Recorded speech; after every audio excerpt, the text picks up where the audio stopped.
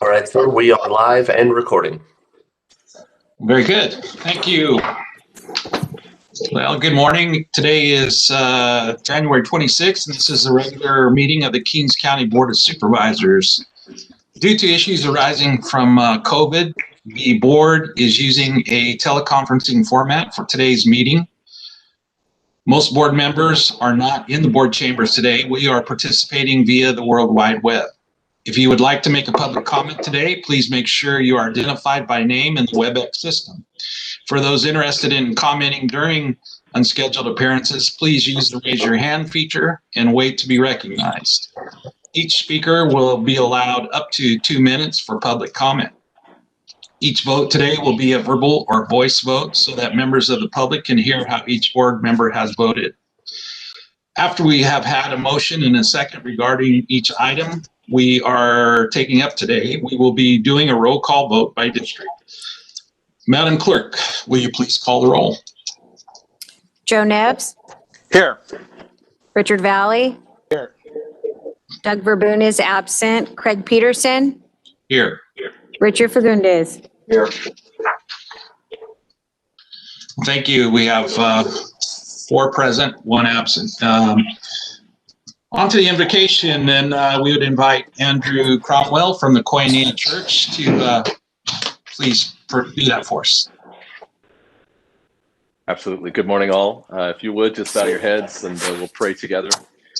God in heaven, we thank you for today. We open this meeting, Lord, today in your name, and we're asking for your blessing and for your wisdom. We want, Lord, to acknowledge that we need you today. All of our best laid plans are of little use unless you bless them first. We know, God, that what we can do in our own strength is very limited, but with you, nothing is impossible. And so, God, we simply begin today by saying thank you for your faithfulness. Thank you for your goodness. The prophet Joel said in the Old Testament that the rain that you send demonstrates your faithfulness. And so, Lord, we thank you today for the rain that we've just had, the rain that is coming. Thank you for the snow that's in the mountains. Thank you for life and breath, and thank you for a hope and a future. And God, we're asking today that you would not only be present here in this meeting, wherever we are in all our various places, but that this board, the staff of this county, and all who are conducting business here would be guided and guarded by your presence. We're asking for your healing touch, Lord, for all those who are dealing with COVID in this county. Strengthen them and heal them. We ask that you drive this virus out of our county and that you would bless our economics, Lord, our whether it be our ag land or businesses. We're asking for a speedy recovery. Bless today all the businesses that are here and all those that are part of it. And it's in your name we pray. Amen. Amen. Thank you, Andrew. Appreciate it. If you'd all please stand and join me in the flag salute. I pledge allegiance to the flag of the United States of America and to the republic for which it stands, one nation, under God, indivisible, with liberty and justice for all.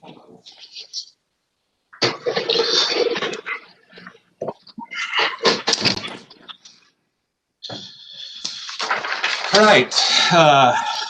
On to unscheduled appearances. Each person may directly address the board at this time on any item on the agenda or any other items of interest to the public within the subject matter jurisdiction of the board. 2 minutes are allowed, and I know we have both audio and written comments today, so if we would go ahead and recognize those. Yes, thank you, Chairman. This is Catherine Ventrella, Clerk to the Board of Supervisors. The first order of business is we received correspondence and email forwarded from Supervisor Valley from Ray Leon as Executive Director from the LEAP Institute, and that document will become part of the permanent record. Also, we have Ed Hill on the line, and his hand is up.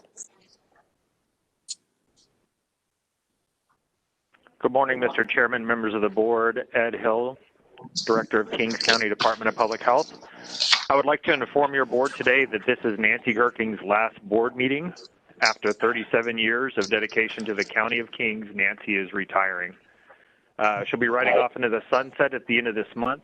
She has been with the Public Health Department for 17 years.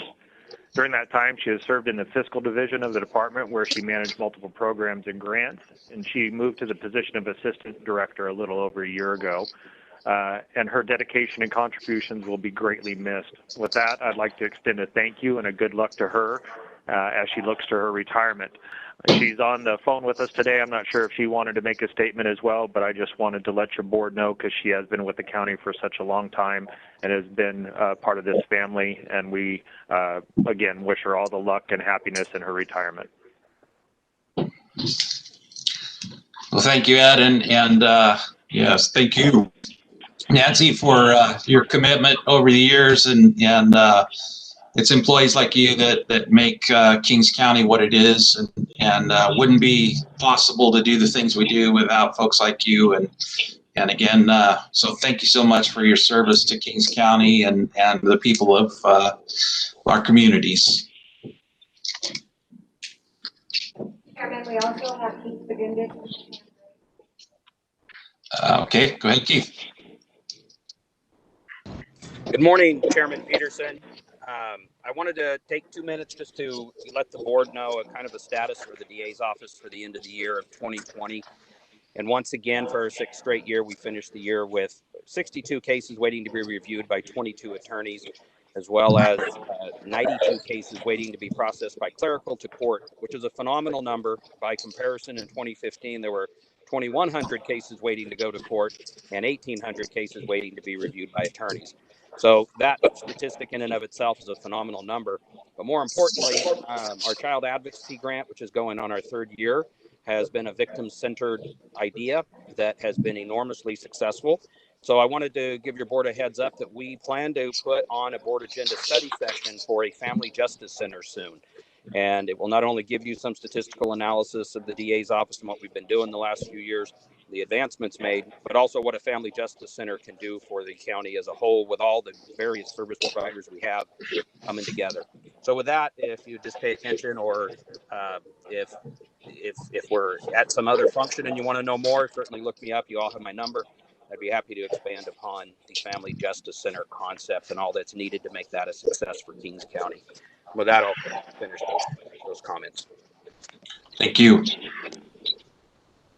Chairman, we also have Rebecca Campbell with her hand raised.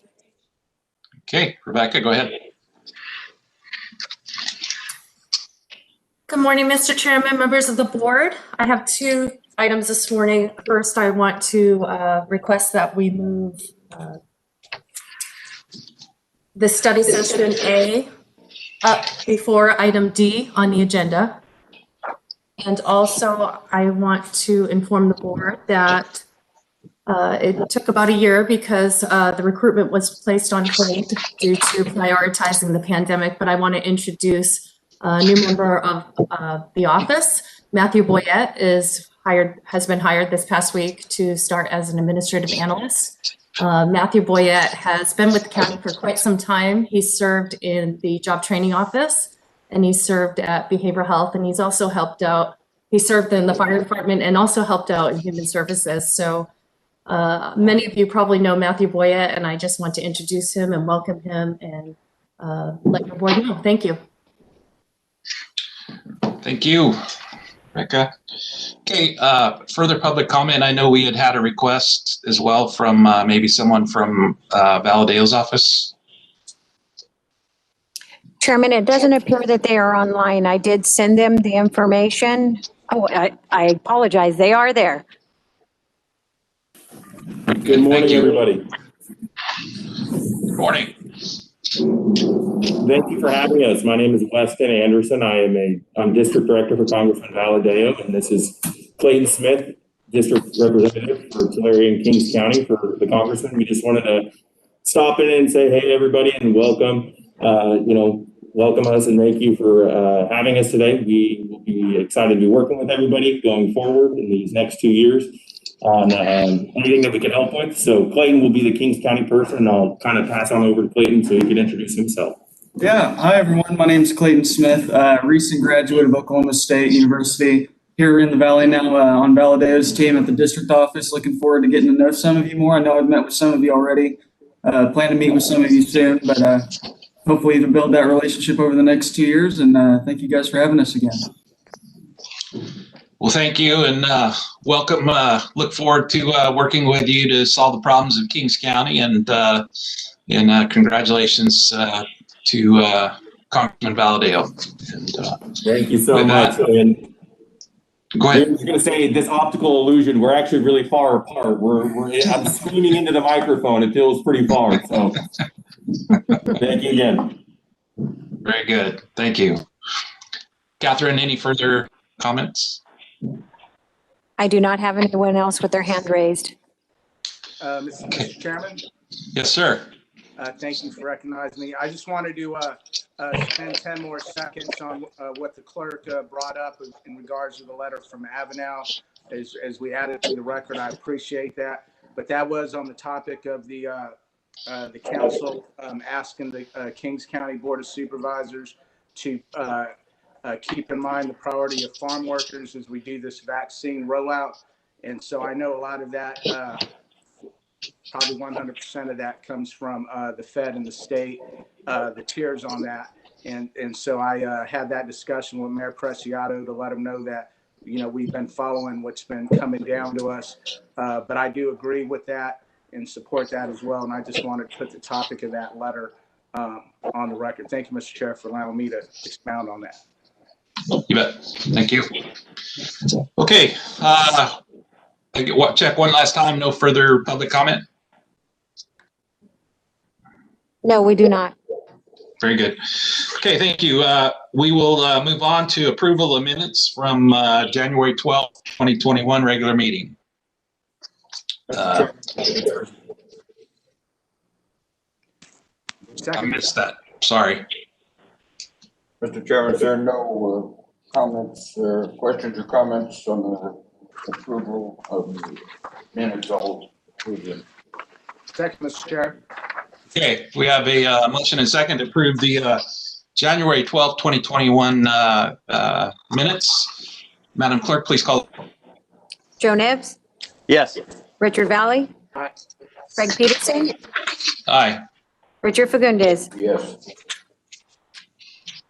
Okay, very good. We have 4 in favor, 1 absent.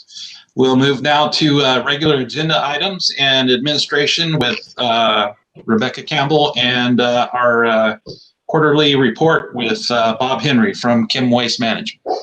Yes, and Mr. Henry is on the line. Thank you. Chairman, we skipped over consent.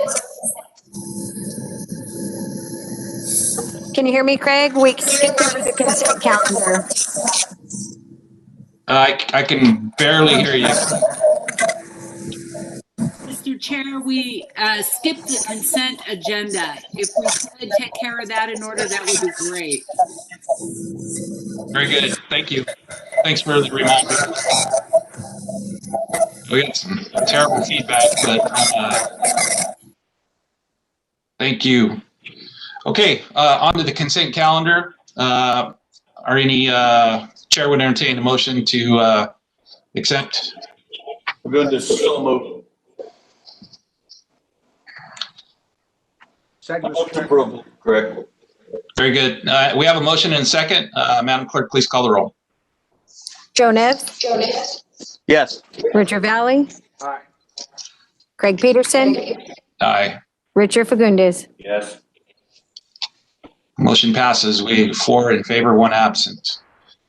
Ooh. Yeah, okay. This mute button. All right, on to regular agenda items. And Mr. Henry. Good morning, Mr. Chairman, members of the Kings County Board of Supervisors. Everybody hear me? correct? Yes, sir. Can you hear me? Okay, good. Past activities, I'm sorry. Last reported activities was October 27th, 2020. Past activities, October 30th, DTSC certified surface impoundment, 16. DTSC approved the KHF request to place surface impoundment 16 back into service. The surface impoundment was previously taken out of service for line of repair. So we did the repairs and then it was recertified for use by DTSC. November 6th, Central Valley Regional Water Quality Control Board at KHF, semi-annual facility inspection. No violations, no area of concern noted by the inspector. November 19th, Kings County Environmental Health Services at KHF, monthly unannounced inspection of landfills B17, B18, and B19. No violations and no area of concern. December 8th, the Class 1 permit mod to DTSC. KHF requested State Waste Code 614 for treated wood waste be added to its permit. This we're still waiting, and it's my understanding for those of you with Quora, what they're going to be doing is if you make an application to take the material and you'd previously taken the material, you can go ahead. So we're going to be doing that as well, so we can take it into the Class 2-3 landfill. December 17th, Kings County Environmental Health Services at KHF, again, the monthly unannounced inspection of landfill 17, 18, and 19. No violations, no area of concern. Something new, December 17th, KHF requested emergency authorization from Kings County Department of Public Health, Division of Environmental Health Services to accept debris from the Creek Fire. Creek Fire, I think you all are aware of where it's located. What they're doing is they have a couple of contractors that are up on the hill, and they're moving about 2 loads a day into American Avenue, 1 to 2. They're having a lot of concerns over there, a lot of problems over there, so they asked us to help out. To help turn the trucks a little faster. December 22nd, Kings County Department of Public Health, Division of Environmental Health Services approved the authorization to accept the material from the Creek Fire. December 28th, KHF submitted a notice of intent to the Central Valley Regional Water Quality Control Board to receive the emergency derived waste generated by the Creek Fire. January 4th, Central Valley Water Quality Control Board acknowledged KHF's notice of intent. January 4th, also DTSC begins a focused compliance inspection of the KHF. Inspection being conducted remotely. First request for paperwork associated with 10 manifests were due by January 15th. January 12th, Kings County Environmental Health Services at KHF monthly unannounced inspections until 17, 18, and 19. No violation, no area of concern. January 15th, submitted the information requested by DTSC for their focused compliant audit. Future events, February 1, KHF to begin accepting waste from the Creek Fire. February 25th, annual community meeting to satisfy both DTSC and Kings County permit requirements.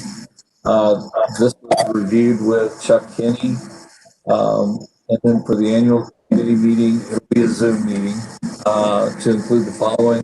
KHF air monitoring results for 2019, groundwater monitoring results from 2019, a review of the KHF contingency plan, placards that are used for vehicles coming into the facility, and then Amanda was going to do family outreach preparedness, and that would be from the Kings County Office of Emergency Management. We typically do this public meeting in April. We were not allowed to do it based on the governor's direction. So we went through the process of hoping to get a live meeting, which is what our permits required us to do, a live meeting in Kettleman City. That never took place. We may have gotten a notice that we were going to hold a meeting at the end of the year. Some of DTSC wanted us to hold it, some didn't. The ones that didn't were the senior people, so We pulled that, and we're going to have the meeting on February 25th. We will have another meeting around May, which where we'll be discussing the 2020 results for both air and groundwater. That's it. Any questions? Very good. Thank you, Mr. Henry. And are there any questions from the board? If there are none, I would entertain the motion to receive and file the report from Kim Wade. Motion to approve. Okay, we have a motion. I think I heard a second. So, Madam Clerk, please call the roll. Joe Nevs, Yes. Richard Valley, Aye. Craig Peterson, Aye. Richard Fagundes. Yes. Very good. Four yes votes and one absent. Thank you. On to item B in community development. Greg Gatzke. Good morning, Chairman, members of the board. Greg Gatzke, Community Development Agency Director, here to present to you the proposed ordinance 668-2-20, which is in relation to the Jackson Ranch specific plan that this board adopted for the general plan component back in December 8th of 2020. And then we also presented this ordinance to you for the first reading to introduce it on January 12th of 2021. So that was also involving a public hearing. So staff is now bringing this ordinance back to you for your consideration in adopting the ordinance, and also requesting that you waive the second reading. And that's staff's presentation, unless you have any questions for me.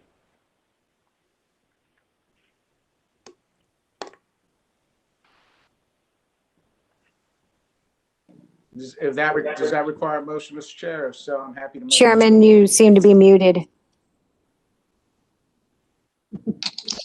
Having problems with that button today. All right. Yes.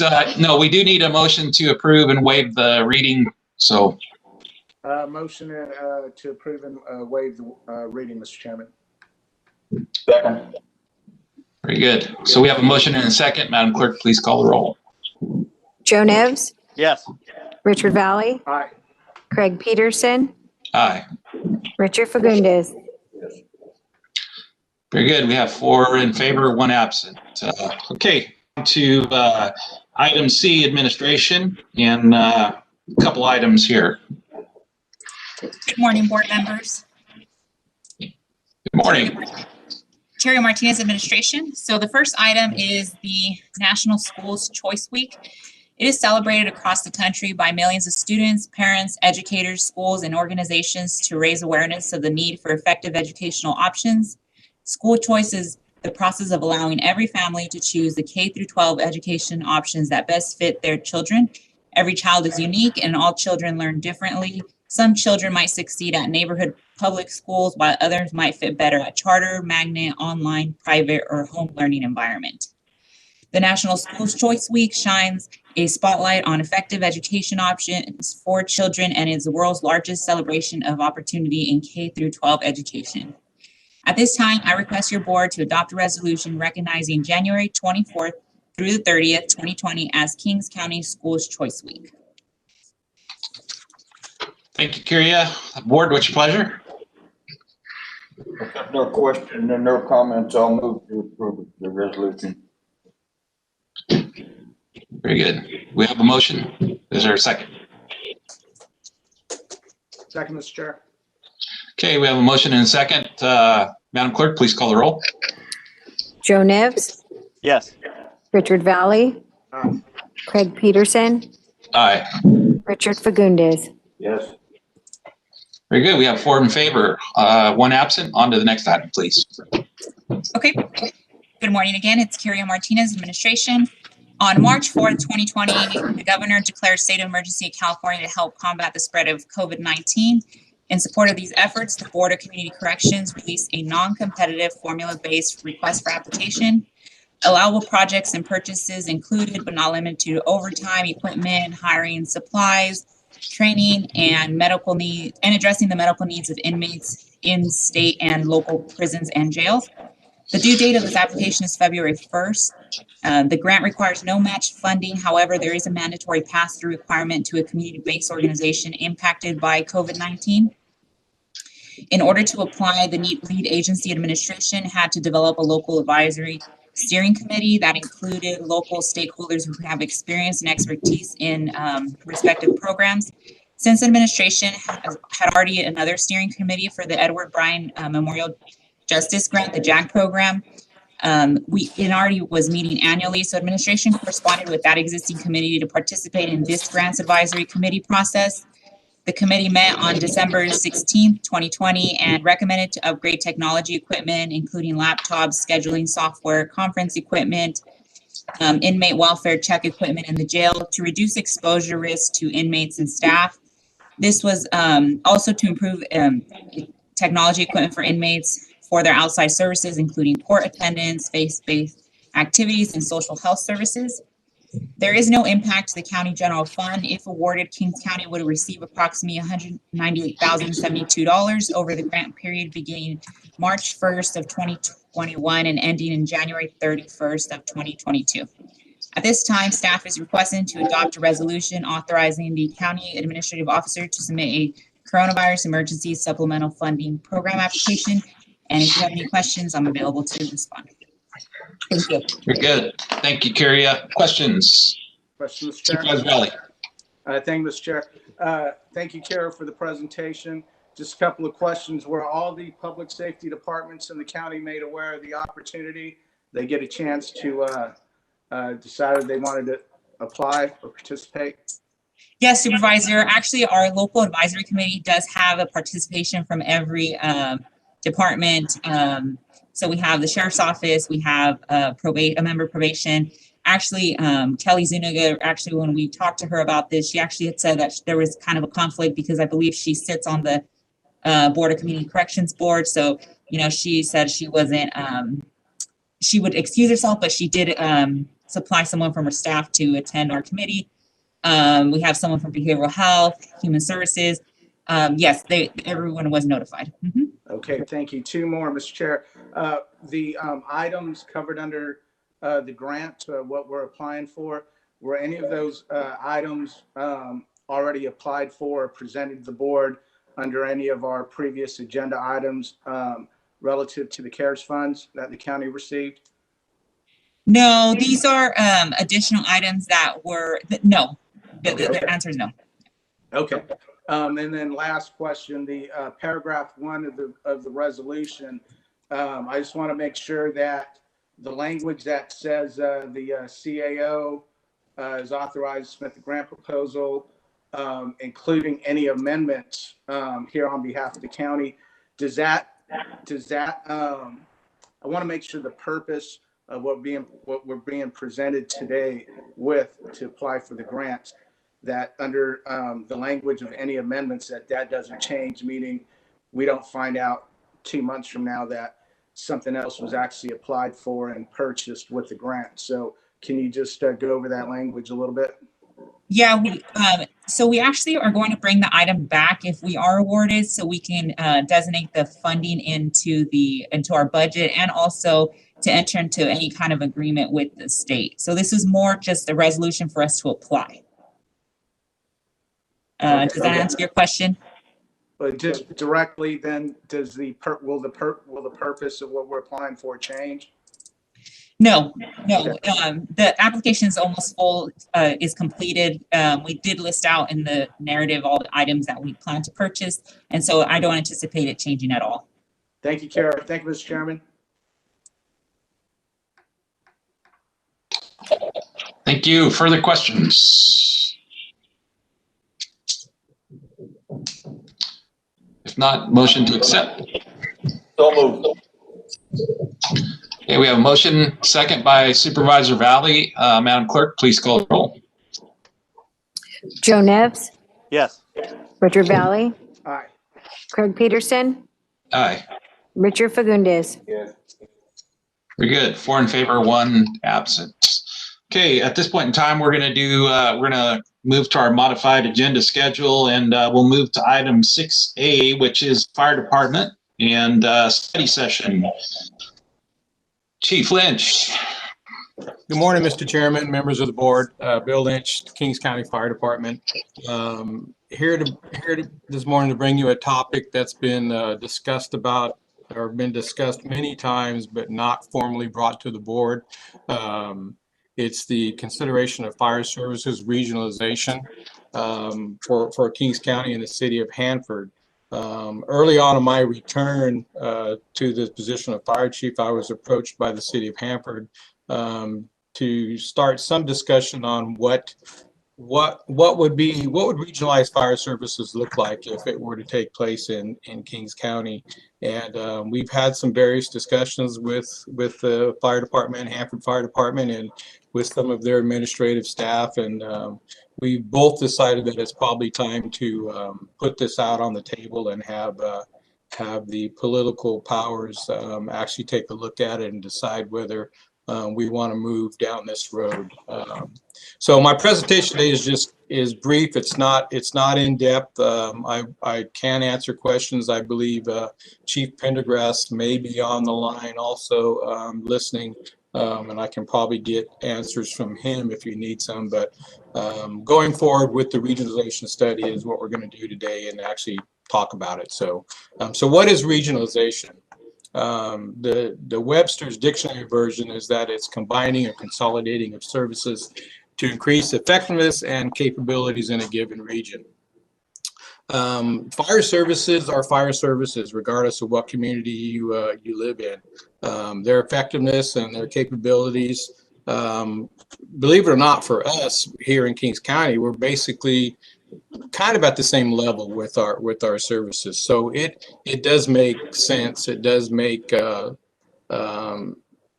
operational sense to take a look at this and to regionalize or to talk about what the region is, and that would be between the city of Hanford and the county of Kings.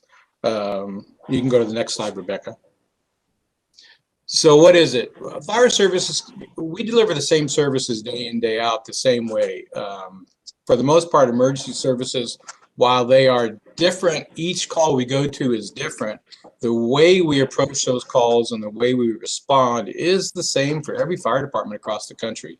We put people in a fire engine and we send them regardless of the emergency. So the way we deliver that service, that primary service of emergency and life safety is done the same way. So with that in mind, the consolidation of fire services for fire departments is easily done, and there is no disruption of service because we deliver the same services pretty much the same way, 365 days a year, 24 hours a day. So and regardless of the agency, it's done pretty much the same way. There may be some operational things that are minute or policies, but most of that stuff can be overcome or looked at or combined or consolidated to make no disruption in the fire service. So next slide, Rebecca. Did you hear me? So when you're talking about regionalization, there is really there is some limitations to how this can be done. Some of the ways that we can regionalize is like number one up there, administration, where there's a consolidation that occurs when the public safety functions are combined under one chief. Duplication of administrations is one of the most costly things that we do. Regardless of whether it's fire services or any other function within an agency. So administrational regionalization is where you have two separate fire departments and you have one chief, one administration overseeing both those agencies. Then there's an operational consolidation that occurs when fire services remain legally separate, but they join together both administrative functions, delivering services as if they were one. We do a form of that now with automatic aid, but it's not a recognized full-on regionalization of services.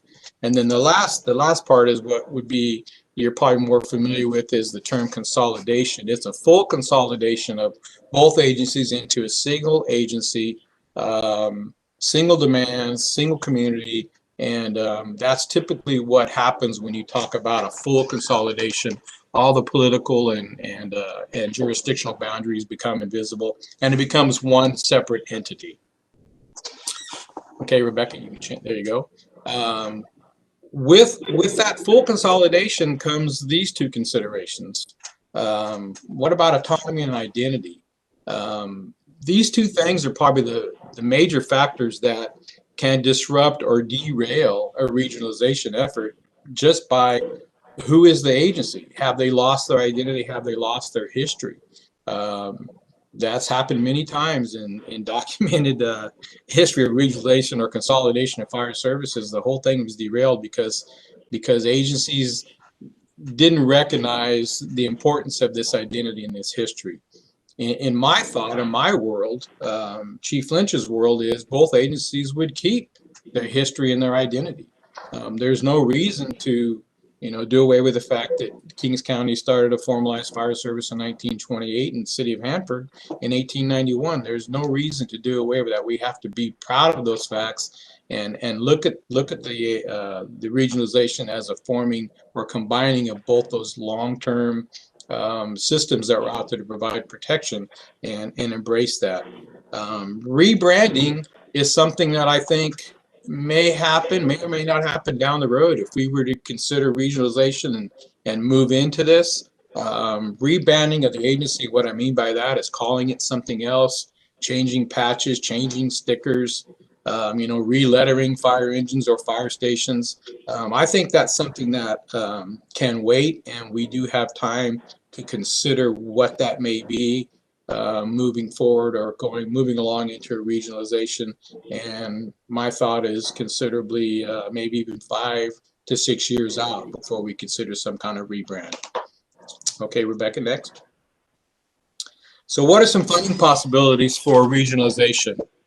In my studies and my research into regionalization and efforts that are being done, particularly in California, most of them are formed in a joint powers agreement where there is an agreement drawn up, costs and types of services and stuff that each agency is going to provide or that each community wants is considered, and then the cost of those services are provided along. There is a straight cost sharing program where you can actually just put the money that you would have put in for fire services in the pot, and each agency does that, and we share the cost that way. There is contracts that are out there. Sometimes contracts we can have good experiences, bad experiences with contracts. The Kings County Fire contracts with 2 agencies right now for fire services, so it's not out of our wheelhouse or out of our world to do this with contracts. And then the last one is forming a new district. In my research, one of the things that was the most difficult to get out of was the formation of a new district. Say 5 years down the road, something doesn't benefit each agency to do this anymore. A new district would be one of the things that is probably the hardest to get out of. A JPA can be dissolved, contracts can be dissolved, cost sharing agreements can be dissolved, but a new district would be something that may be harder to get out of. I'm not saying that it's not the route to go. I'm just saying that's one of the considerations, one of the things that kind of jumped out at me when I looked at the regionalization of fire services across the country, was that the new district was had some difficulties should things not work out. So regardless of what we do, though, I think we need to be flexible enough to allow others to join. If we formed a JPA, we would be able to accept other agencies, and I'll consider like the city of Lemoore, if at some time they wanted to get involved in a regionalization effort or get involved in the regionalized fire services, we could welcome them with open arms and allow them to join. So I think that needs to be consideration out there too, and that was one of the things in my research that was expressed in almost every one. They needed to be flexible enough to allow other communities to join if the need be. So, okay, next slide, Rebecca. Some other big considerations that were apparent to me was labor. Meet and confer with bargaining units and blending of bargaining units. I think this is probably the hardest task out of doing a regionalized fire service approach is getting those bargaining units together, and how do we blend them? How do we provide salaries and benefits to both agencies based upon maybe the differences that we have now, and we do have differences between Hanford and Kings County, and especially in the salary and benefit range. So I think that's something that can be worked out. It's not a deal breaker. It's not something that should derail a regionalization effort, but it's something that we're going to have to spend a lot of time looking at and have a lot of meet and confer sessions with these bargaining units to be able to alleviate them from the fears of what may or may take place coming from a regionalized fire service. And then policies and procedures. Even though I said our agencies do the same thing pretty much the same way, we do have different policies and procedures that we follow day in, day out. There's a lot of state and federal mandated policies that are out there that we both have to follow by law, but then there are things that we have in our own agencies that we need to follow because we've developed them from our experiences. And I think that is something, again, that is pretty easy to deal with and pretty easy to get through the process. We just have to meet and take a look at the main things, and then agree that whose we're going to use or which ones we're going to use. Again, I don't think it's a deal breaker. Next one, Rebecca. Other considerations: supporting services, dispatching. That's a big one. I think a regionalized approach to fire services would dictate a regionalized approach to dispatching.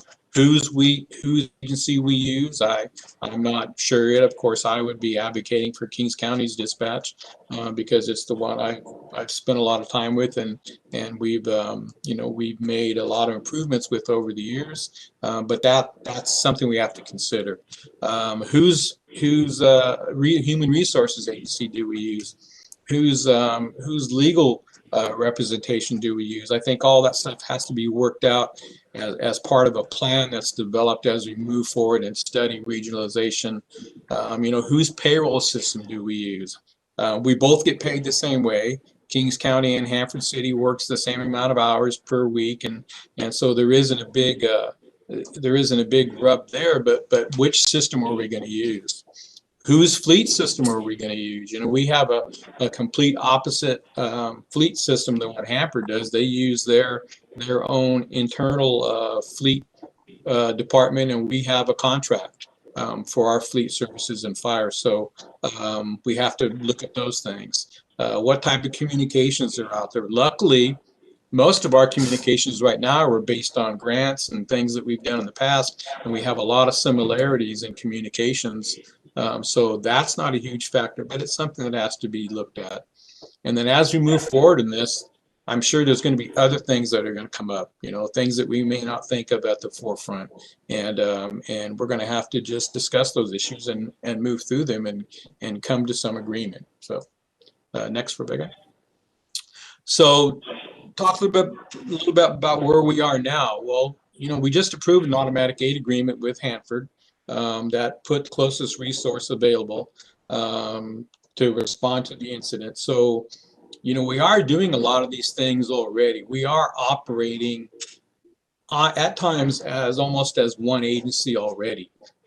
We do have strike teams that go out of county as part of the state response. Both Hanford and Kings County does that. We have cross-staffed units to send them out. We put a Hanford guy on a Kings County unit, and we put a county guy on a Hanford unit just to get the resource out. So we are doing a lot of things as one agency already, even though we are separate.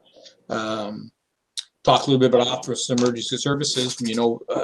Our OES section, our OES department within the fire department services all communities.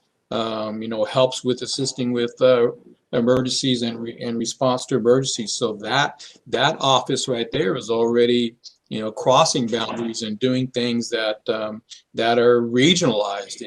So I think just looking at the regionalization of fire services, we're already doing a lot of things that are pointing in that direction. So I don't see regionalization as a huge issue to get through or to look or to discuss. So next, Rebecca. So now the questions I have is what are the next steps? What are we considering? I know this is a brief presentation, but and if you have questions, I'd be more than happy to answer them. But what are we going to look at? I mean, Hanford's waiting to hear from me, and I'm waiting to hear from Hanford. I think they're going to make this presentation tomorrow night to their council, if I'm correct.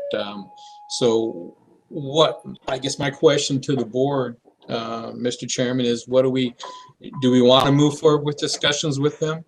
I think it's appropriate given the time, given where we're at. Neither agency has what they need to maintain effective, response. I mean, we continue to have to grow and hire staff and purchase equipment. So I think some form of regionalization can help with a lot of that.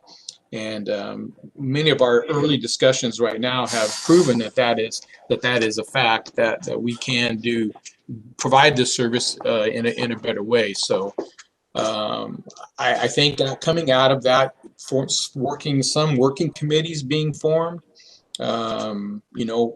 to look at things like human resources, like payroll, like dispatching. Maybe we can put together some small committees to actually take a look at that and report back. I think one of the main things we need to do is probably get a consultant involved. There are many agencies out there and many businesses out there that do this type of consulting.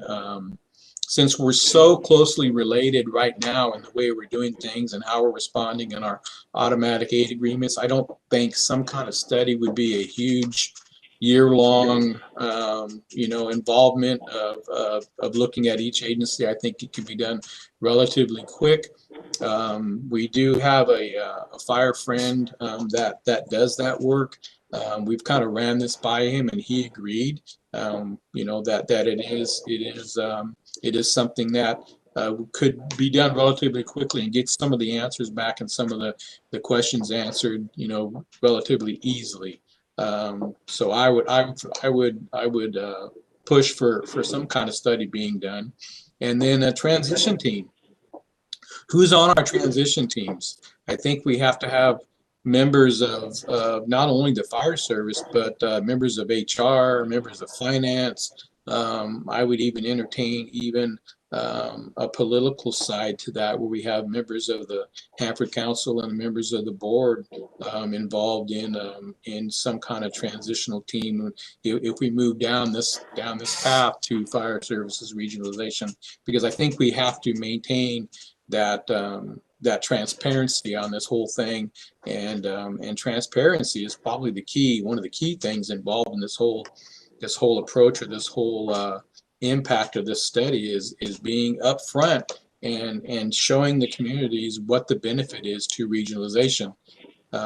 So I think having these teams, these working committees, and going on the record as saying, hey, we're looking at this, that transparency, I think, lends credibility to the fact that we are looking to provide fire services in the most efficient manner. So next, Rebecca. So that was it. That's all I have. But I am wide open, ready for questions if anybody should have any. Gee, sounds easy. I don't know if I made it that easy, Mr. Chairman, but it is. It is not. It is something that can be done. It's a big undertaking, but it is something that can be done. So. Great. Questions from the board? Yes, Mr. Chairman. Go ahead, Supervisor Rowley. Thank you, sir. I guess to frame the discussion, that was a lot to absorb right now.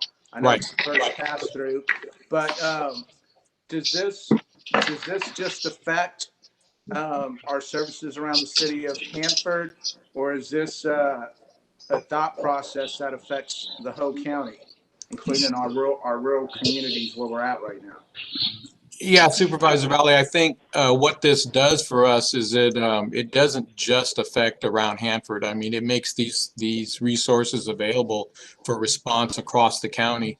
We would become basically one entity, and Hanford's resources would become part of our response matrix, and and be able to respond outside of the city of Hanford, because we do have, you know, other resources available to come in to cover behind them. So it's a regionalized approach that puts all the resources available, you know, at our discretion, and you know, as a fire service, we use our services or use our resources in appropriate ways, and we only send the units we need. But it does work outside, you know, outside the boundaries of Hanford and outside the immediate vicinity of Hanford. Okay, because what I didn't take from your presentation was I couldn't tell if this was just if you were going to combine the personnel we have for the city of Hanford from the county side and obviously the city of Hanford's firefighters and make one new unit there. But what you're saying, are you suggesting to get rid of the whole Kings County Fire Department, blend it in with the city of Hanford as a whole? Yeah, well, I don't know, Supervised Valley, whether it's a do it away with anything. It's a regionalized approach. The biggest benefit is going to be where we would have one administration. The services are the services. We would have the same amount of people working, you know, for the city of Hanford and for Kings County. Those agencies, like I said, would kind of keep their autonomy. We wouldn't necessarily do away with anything right now, but what we would have is basically one administration, one you know, one fire chief, and those agencies. You know, that duplication of those administrative positions is probably one of the most costly things we have. So being able to put it all under one, we would maintain the same readiness, the same amounts of people.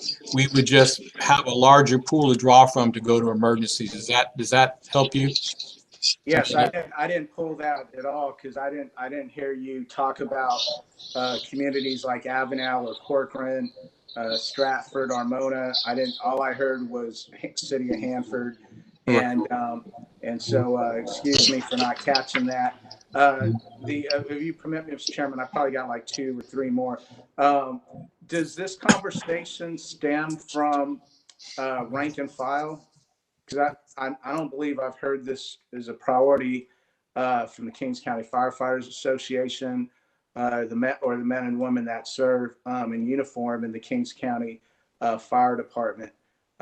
In fact, unless I have a bad memory, I would say this is kind of catching me off guard. I mean, our bargaining unit, our local knows. That's one of the first things when I was approached. I approached them and asked them what they thought of the idea. I don't think they are not for it. There is, in my opinion, and I think with discussions with them, there is no drawback for them from this.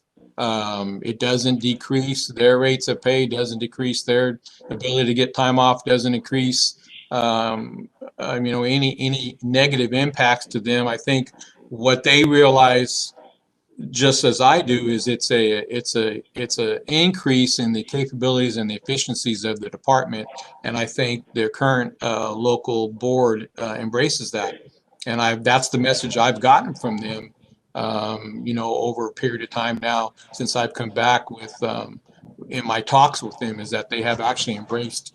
They haven't publicly come out and said that they endorse it, but I haven't got any negatives back from them, Supervised Valley. Okay, and respectfully, I would need before I move down on a conversation, I would like to hear from them directly, and so if there's anyone on representing that association, I'm open to take a Zoom meeting or something to learn more from rank and file and hear from them. Also, sir, that being said, I know this means a lot to you, or you wouldn't bring it up. So I respect that. But right now, I mean, as I was listening to you and I was trying to figure out, is this just City of Hanford? Well, okay, I could see having this conversation. But right now, as you're explaining the whole county, and I know I'm just one of five, so I'm just going to put my opinion out there. So respectfully, right now, I don't feel that this is priority without listening to more. And like I said, I'm open to having the discussion, but I don't feel it's priority enough for me right now to make a decision on some of the things that you're looking for. I think this is a very important discussion.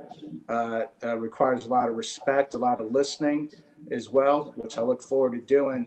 But just right now, today, in the overall mission under COVID, vaccine rollout, what we have going, I see this is taken away from that mission, especially when you talk about the transition team and the personnel that you envision being on the transition team, which is good. I like your model. I respect that. But at a time right now where that model would pull these personnel from the critical mission of getting the vaccine out, the testing, everything we're doing right now, right now in my heart, I don't feel that it's the proper time to move forward with any kind of decisions right now. I think we could all carve out time to listen and learn more always, but right now this just isn't hitting me right, sir. I hope you can respect that. Yeah, no, Supervisor Valley, I agree with you on many points you put out there. I mean, it is there's a lot of things going on for each one of us, and I can tell you here at the Kings County Fire Department, we're dealing with COVID every day, and it does take a lot of our time. This presentation, I mean, wasn't intended for you guys to, make a decision. Yeah, we're going to end up with a regionalized fire service. What it was just to get some of the things out there that the Hanford Chief Pendergrass, and he's on, that we've discussed, and maybe we can, and it wasn't intended to have any priorities, any this is the narrative, this is the way it has to go. It was just intended to get the information out there and seek some guidance from you as related to the formation of groups and committees and stuff. That's down the road. That's not right now today. I think probably one of the things we probably should do first is get a consultant involved, let them do a little bit of work, and come back to us with information that we can then present to you, or have the board and the city council collectively be presented with this information, and then you can make your decision. Do we want to continue down this path? Would those funds be paid for within your existing budget and within the I would assume a 50-50 split between the city of Hanford and with what you have within your budget? If that's something you already have funded, that's not going to take away from any other missions right now. Right. Budget wise, I wouldn't see anything that would hold me back from being supportive of that. I mean, okay. You're doing what I'm asking for, which is go get more information, come back, right, bring it to us. Right, and that, yeah, I mean, I don't anticipate this study being very costly. So I think both our agencies could pony up the cost to have it completed, and like I said, have it completed relatively quick and get that information back to you so that you can make your decision on moving forward. Thank you, Mr. Chairman. I'm good for now. Thank you, Mr. Chair. Great. I should note also that Supervisor Neves left the meeting, and Supervisor Forgiveness, do you have questions? I have a few.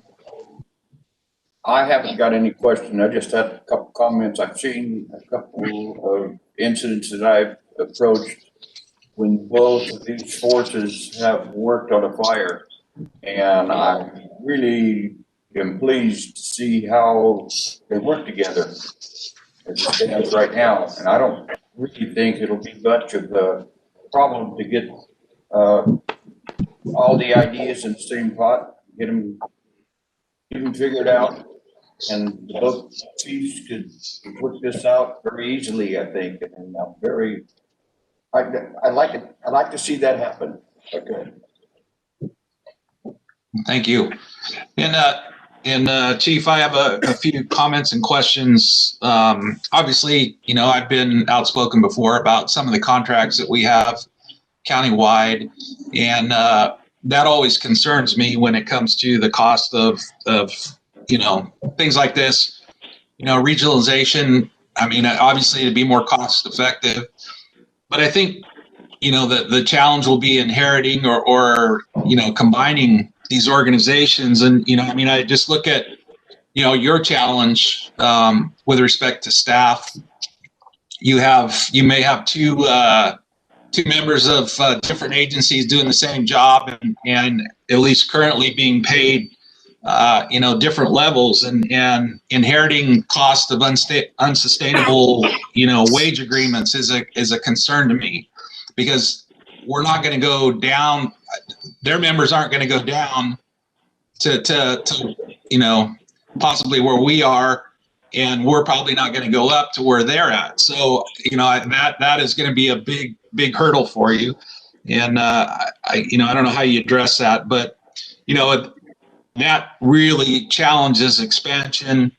And when I look at the city of Hanford, and this is no criticism, but it causes me concern to see, Hanford responding to a medical aid with a ladder truck, and the expense. I know what those ladder trucks cost, and I financially they must be challenged that they can't restaff or re-equip a station to do that. But on the wage side, what are you seeing? No, I mean, I think both agencies have their hurdles. Staffing is one of them. I think the pay discrepancies and things is something that we have to get that committee together to look at. It's going to involve both unions, both locals. It's going to involve HR. It's going to involve legal. It's going to involve a lot of people. If we get to that point where we're discussing those things, I would be very happy. I think moving forward, there's the realization that neither agency has everything that we need, and staffing is something that both agencies desperately need. So the regionalization, the blending together of agencies does provide an additional input of staffing and response. There is costs involved. I think, again, that's something that has to be worked out between agencies through negotiations, through developments of JPAs or contracts or a new agency, whatever it may be, and then those costs passed along to those agencies, to those respective agencies, and each agency paying their own cost of the fire service. So how do you do that? Is it based on population? Is it based on square miles? Is it based on, I think that's where those consultants and the studies come in to give us some third-party perspectives of how that stuff actually should be done. So, yeah. Well, thank you for that. Other questions. I mean, when we look at Corcoran, we know that medical aid is 92%. You're going to add Hanford, which is a much larger jurisdiction, much larger population.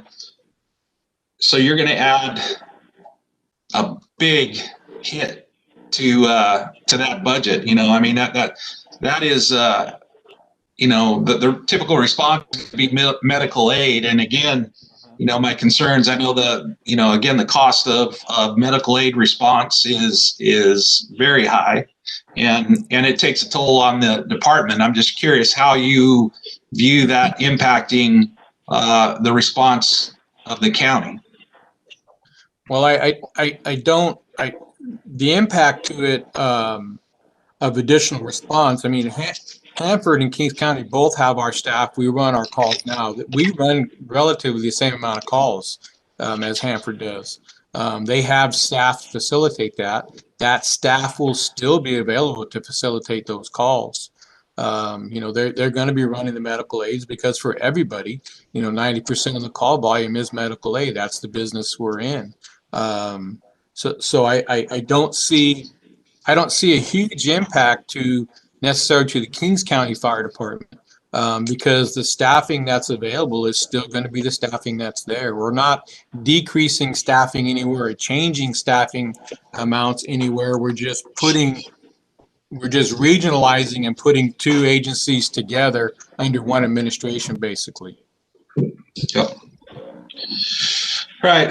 Well, and then I guess, it gets back to, for me, the contracts and at the end of the day, as much as we want to talk about, the service and how we deliver that service, it really comes down to how you support that service, and then that becomes a political decision. Correct. So how do you implant a something in a contract that talks about the support of that jurisdiction, and if for some reason they all of a sudden deem that they don't need to support that action the way they have in the past, and now we're under contract to provide service, how do you respond to that? Well, Supervisor Peterson, that's why I don't see contracts as the best way to go about this. I see the formation of a JPA that has representation, another panel or board that has representation for fire services as the probably most beneficial way to do it. Contracts, as we know with our experience with contracts, don't always play out the way we want them to, and don't always provide the service that we need or want for our communities. So I don't think contracts moving forward is the right way. I think a formation of a JPA, or even to the extent of the formation of a new fire district, is something that is probably the best way to do it. But I do recognize that formation of a new district is harder to do, and it does represent a potential tax increase for the citizens. I mean, I understand that, but I think a JPA is probably the best approach we can take to regionalizing. Yep. Yeah. Again, I think being able to respond and having more involved is always, a value. I think it's in the letter of the agreement, whether it's a contract or a JPA,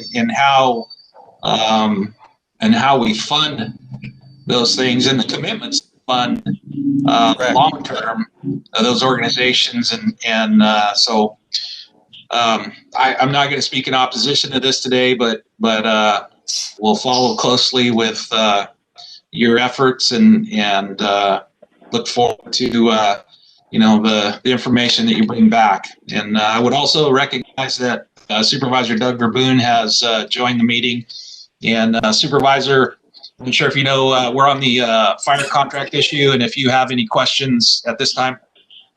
No, thank you, Mr. Chair. I appreciate that. Just got in, my mouth's not working quite right. Just had a broken tooth. So, I appreciate Chief Pendergrass and Chief Lynch working on this. This has been something I've been working on the back of the scenes for some time. I think it works good for our community. Even though we are the county, we don't represent the city, but we do represent the city because it's in the county. I think this is a good deal for all. One service. I think we can communicate faster, and appreciate the two chiefs coming together on this. It's been a long time coming. I think it works well for the city of Hanford. I know we've had issues with Avenel and Corcoran, but I don't think we're going to have. I don't think we're going to have the problem with the city of Hanford. I think it's going to be duly needed. They asked us to be part of this and join them, and I think it's going to just limit the chaos that it could be created if we have a major problem. We're all one team working together. I think it's good for the community. So I hope I got that out right. My mouth is numb. I can't feel nothing. But, thank you, Chief. You got a little something dripping there. I know. Just kidding. I heard some of the comments, and I do respect your comment. you know, it is a big concern, but I think we have two good people working on this right now, and we can iron it all out. So thank you.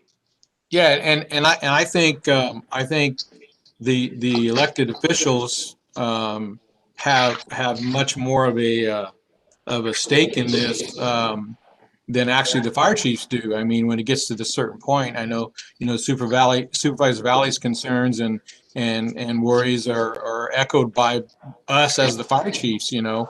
I mean, we're looking at trying to provide services to our communities and do it effectively, efficiently.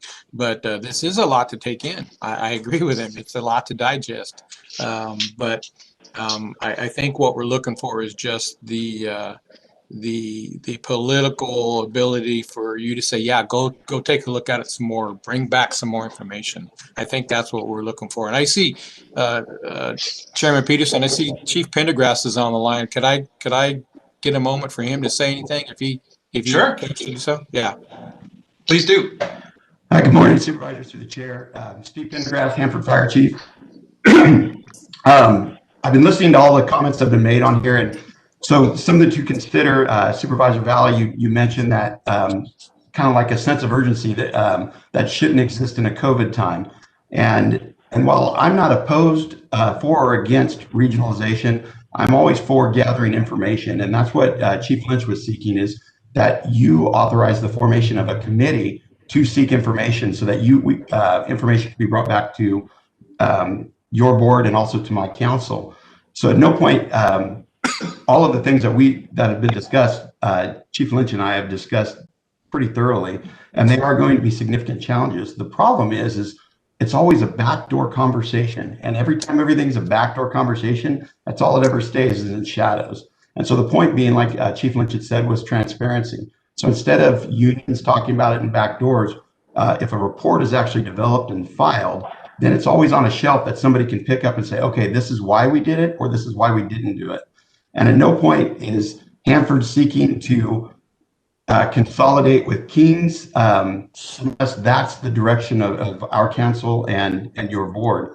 And there just has to be a lot more information gathered on there that Chief Lynch and I just can't do on our own, and nor do we want to without that transparency from labor, from all of the other city and county staff members, from all the other cities that would be involved in this, because there would be a greater impact for everybody involved. And going back to the slight sense of urgency, when this was first brought up, Bill had been on the job for a day and he was giving you guys a couple months. So there was slightly a sense of urgency at the time. So you just kind of keep that in mind. All that either one of us were seeking was information. And I'm open for any questions you might have. If I could add, you know, this came to my attention probably about 10 years ago when I tried to get the automatic aid agreement done, and the difference between the two parties. And I think it was important that we got the automatic aid agreement, and it worked well. But that's when we started the discussion with the city manager at that time, possibly doing this. And I think it's come to that time to put together a team and see if it works out. So. Yeah, and last night we fought two fires. So two working structure fires, one in the county, one in the city. City resources arrived first on scene of the county incident. We operated on city channels until it came to a point we were safely able to transition the fire over to a county battalion chief. My resources stayed on scene almost till the end. We released stuff obviously to get the city and county covered back up again. And that's because of the automatic aid agreements that we've been working on. Shortly after that, we busted a fire in the city and county resources came to help us out. And as soon as we could, we got them released. So it's that the boots on the ground are never a problem. It's usually the administration and, you know, the political sides of it, the field side, they will always work together for the better interest of the public. And I think that's what when we put together a report, that's what we have to look at, is what's in the best interest of the citizens that we're all trying to serve. Mr. Chairman. Good. Thank you. Hey, Supervisor, hold on. We have a couple hands up here.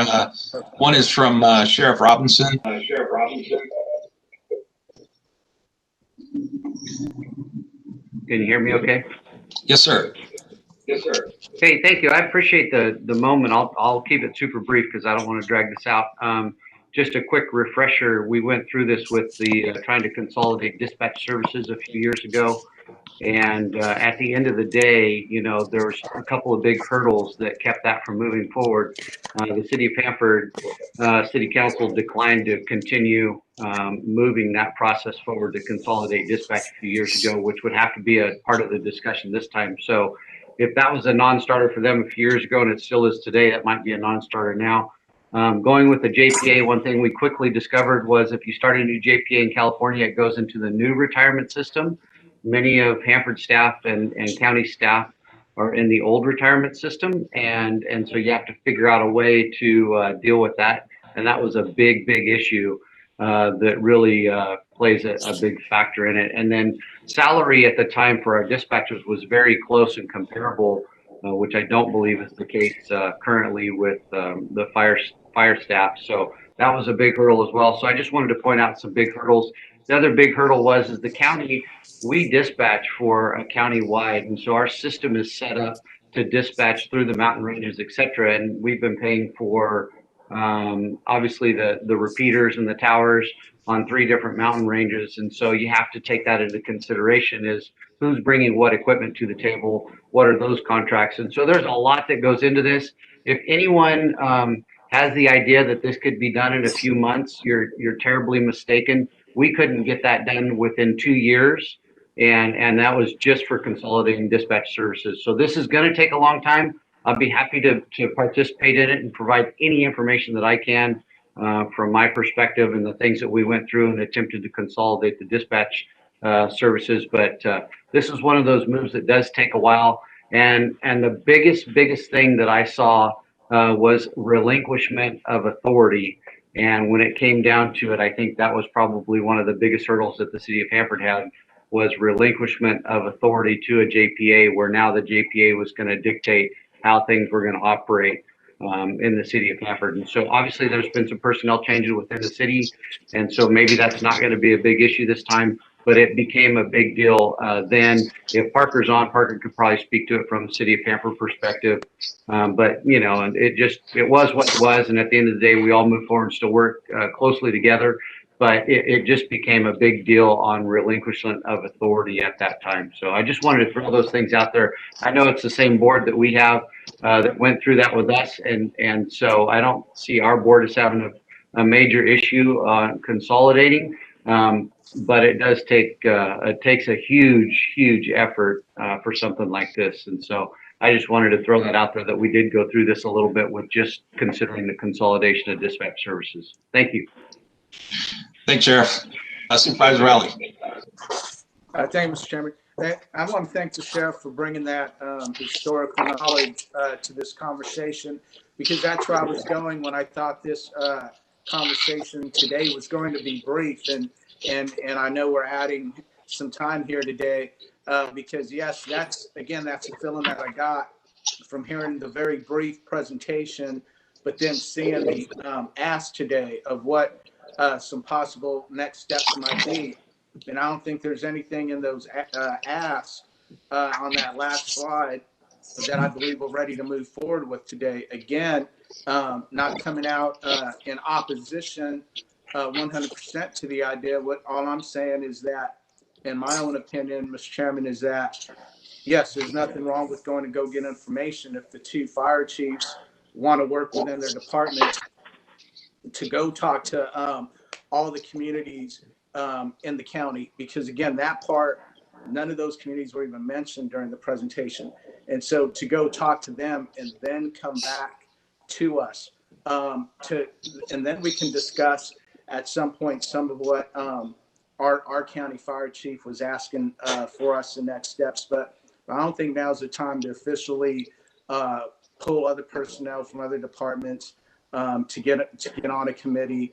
And on the flip side, Mr. Chair, I do want to thank and appreciate the city of Hanford, their firefighters. If I heard right yesterday, and if not, Ed could correct me during this presentation, but I believe the city of Hanford has dedicated 4 of their firefighters to help with our vaccine rollout. And so I don't know if that means they're getting trained or they're already trained to issue the actual vaccine into the arms of Kings County residents, or just come help with that.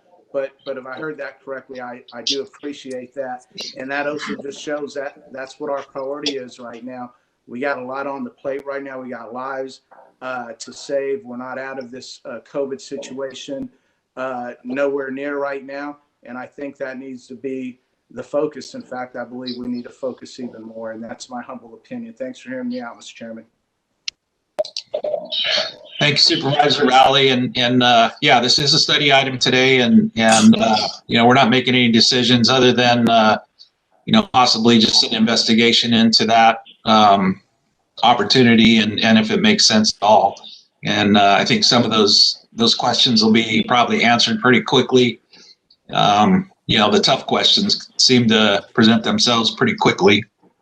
But so at this point, I would thank the both chiefs, Chief Pendergrass and Chief Lynch, for joining us today. And at this point, this is a study item, so there's no action required. And any further comments by the board?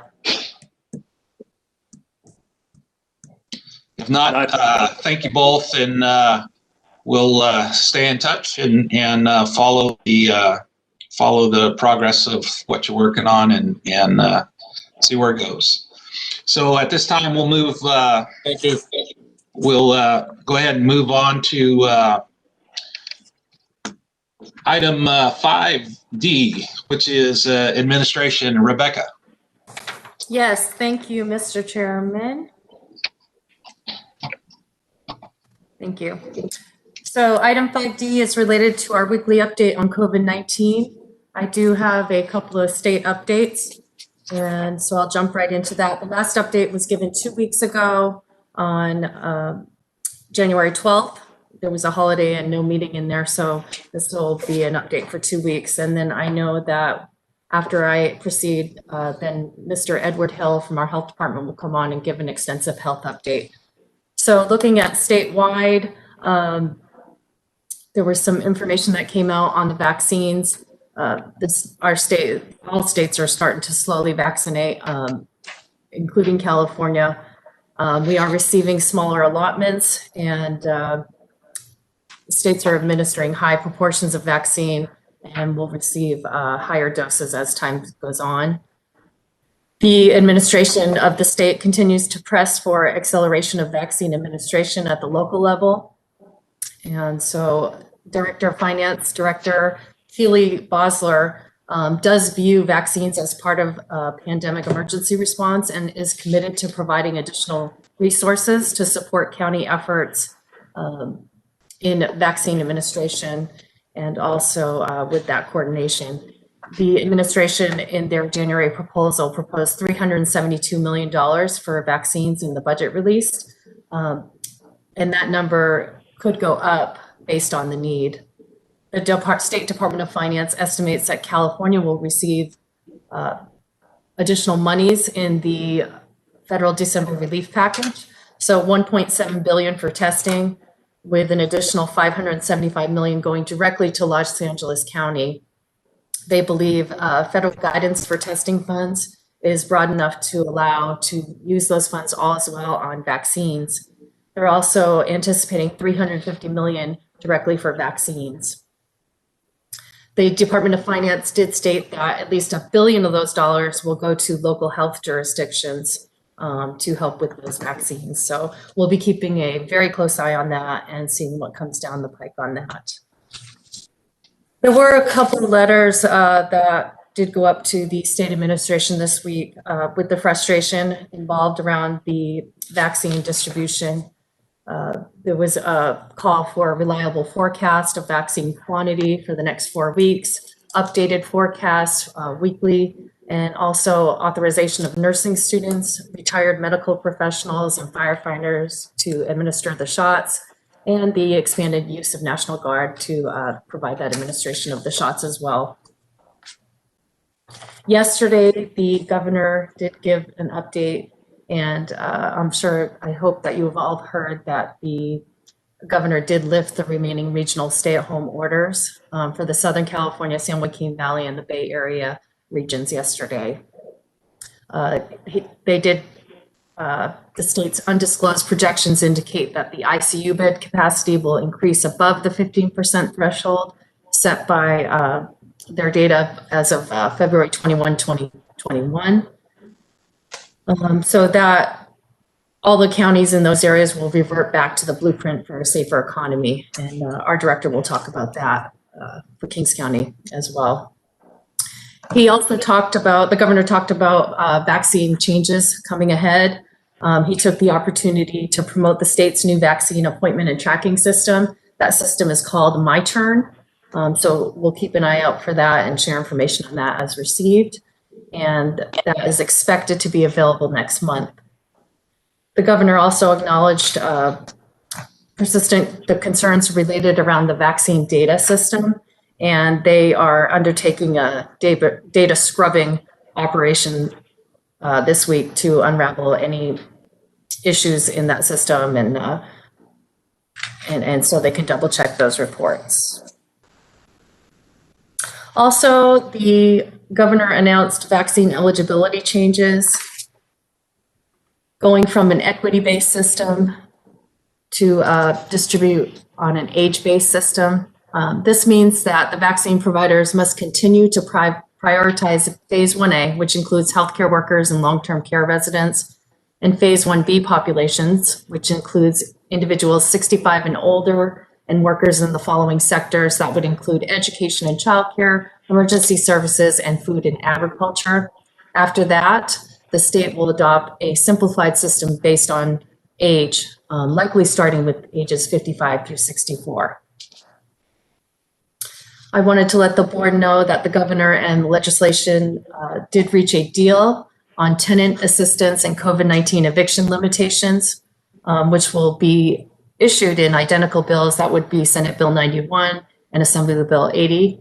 And so we'll be keeping an eye on that to see what changes happen with the eviction status. On the county front, I don't have any updates on the federal front. Their administration is really focused on appointments, and also on the impeachment. They did extend the impeachment issues there. So we will anticipate more action coming up on COVID-19 relief. So we'll keep the board updated on that. On the county front, we're continuing to modify our operations to keep exposure within the county and to our citizens that are coming in limited. And so we're continuing to do that. The Emergency Operations Center is continuing to meet weekly. And that's the updates I have for you on the county front. So now I will go ahead and turn it over to our Director of Public Health, Edward Hill. Good morning again, Mr. Chairman, members of the board. Ed Hill, Public Health. As usual, I would like to start my report, as I always do, by providing everybody with the simple steps we can take to protect ourselves from communicable diseases such as COVID-19, and those are frequently wash your hands for 20 seconds or more. Don't touch your face with unwashed hands. Stay hydrated with water. A hydrated cell is a healthy cell. Stay home if you're sick, and wear cloth face coverings to protect yourself and loved ones. I need to report today that we discovered data issues that occurred over the weekend. CDPH updated the script that they used to pull numbers to include vaccines, but they didn't communicate this to the locals. And as such, our numbers were off and they've been corrected. However, because of this, it looks like we made a big jump as of yesterday, but this is not the case. The data that is on the website is as of last Friday, and there's a disclaimer on our website describing that. The numbers tested or samples collected so far is 152,587. We are still waiting on numbers for results pending. We're currently monitoring 9,596 individuals. Our current total cases is 13,071. Again, this shows a huge jump, but that wasn't all in one day. In fact, the cases that we've seen so far were 141 on Friday, 83 on Saturday, 128 on Sunday, and 99 yesterday. Our total deaths, unfortunately, have now reached 144. We are seeing an increase in deaths. We're averaging about 2 a day. And then again, we are seeing that this is mostly affecting the 65 and older population, which once again urges or reinforces the fact that we need to focus our vaccine efforts on these individuals. 78% of the individuals that have succumbed to the disease have been over the age of 65. Our total recovered so far is 5,640. Our active cases currently at 7,287. Our skilled nursing facilities, we're seeing an uptick on them as well. As mentioned in the past, their current total cases are at 228 with 48 active, 28 deaths. The state prison outbreaks continue. The total between all the facilities is 7,466 since the outbreak began. That's 1,092 in Corcoran, 3,271 at Avenel State Prison, and 3,103 at SATF. They have collected 1,295 samples. We're pending, are waiting on the test results or the pending test results for the data to get caught up. Their total active cases are 2,299, recovered 4,751, and unfortunately with 17 deaths. We know of one individual that's hospitalized, and they are hospitalized here in Hanford. Again, our concerns that we've always stressed in the past is as they continue with their outbreaks, we really monitor the healthcare surge that it could cause on our facilities, and we're ready to engage the state should that occur. On that note, we continue to watch hospital data closely. We are starting to see a leveling off of admissions locally, but what we want to see is a decrease. A level line is not a great line when it comes to hospital admissions when we had the high numbers that we have. The region is starting to show a slight decrease in admissions, and we hope that this trend continues regionally. This is in both regular and ICU admissions. As of yesterday, our local hospital had 95 positive COVID patients with 10 in the intensive care unit. The alternate care site in Porterville currently has 16 patients, and the Hanford Hospital is taking advantage of that facility now to make sure that they don't overburden their local resources, which is a good thing. Again, that facility is staffed and it can accept up to 25 individuals. The Fresno alternate care site currently has 10 patients in it. Again, this is a facility for non-COVID positive patients, and again, it's a relief valve for hospitals that may be experiencing surge due to the COVID virus. We currently are still maintaining a 60-day supply of PPE for all of our healthcare providers. And the hospital has been receiving staff from the state, which is well-timed and much needed at this time. Yesterday, they reported that they've received so far 29 staff and that they have a contract with them until the end of February. They also reported that they have no PPE equipment needs or anything of that nature. Our mobile testing program site schedule for this week is yesterday it was at the county complex. It's at Avenel High School today. Tomorrow it'll be at Armona Library, and then Thursday it will be at Lemoore High School. Again, they are off on Fridays. Saturday they will be at Kettleman City Elementary. Sunday at the Immaculate Heart of Mary Church. Monday, the County of Kings. Tuesday, Avenel High School. Wednesday, Armona Library. And Thursday at Lemoore High School.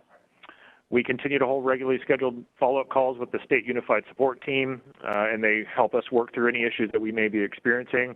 I can't remember if 2 weeks ago I made this statement. We are very lucky in the fact that the individual that they assigned to us on this team is recently retired from a local health jurisdiction. They know the local views and the challenges we face, and she has been a great advocate and has removed many barriers for us. Again, we are very fortunate that they continue to work with us on a regular basis, and they gave us somebody so strong to work with. Our current numbers for the state's metric this week are new cases per 100,000 are at 71.5. That's our adjusted rate. Our unadjusted rate is 97.9, and we get adjusted down. Our score gets adjusted down because, again, we're testing more than the state median. And then, as mentioned before, we have started to see a small decline in our new cases, seeing about anywhere from 140 to 180 a day on an average. Which is good, as we were seeing well over 200 just a week prior to that. Overall testing positivity is at 17.7. Our testing positivity in the lowest quartile of the Healthy Place Index is at 21.2. Again, this means that all of our metrics meet the purple tier criteria, and our tests per 100,000 is at 684.5. Again, this is important, as yesterday the state announced, as Ms. Campbell brought up, the removal of the regional stay-at-home order for all regions. They made this decision because they spent the last week focusing on getting more accurate data on surge capacity, specifically on surge beds in use, and actual staffable surge beds. They worked with the California Hospital Association to get a more accurate picture, and as mentioned, the 4-week projection shows everybody in the region exceeding the 15% threshold within that 4-week projection period. The state has amended the original order so that the hospitals that are still in trouble will need to continue to cancel the cancellation of elective surgeries and other measures to maximize their staff. Hanford's hospital is in that situation. They have 0 capacity in their ICU right now, and their med surge or their regular patient admissions for COVID patients is still high as originally reported. Our concern for this change was, again, the state made this announcement without giving the locals any really true opportunity to prepare. We were given approximately 6 hours notice. Then we also concerned that giving the message may send the message that the surge is over, which it is not. And we hope that folks understand that, but we won't really know at this point. As mentioned in the past, when we have long weekends or holidays, especially when the weather is cold, it drives individuals inside where the virus is more easily transmitted, and we just had a 3-day weekend. So we're expecting another small spike after a week or so after that 3-day weekend. And regardless, all of this is to say is that our new cases per 100,000 in testing positivity are back in play now. If you look at the amount of testing we do, it is directly an effect of our testing positivity. There are many counties throughout the state that are testing way less than we are, and their testing positivity is considerably higher.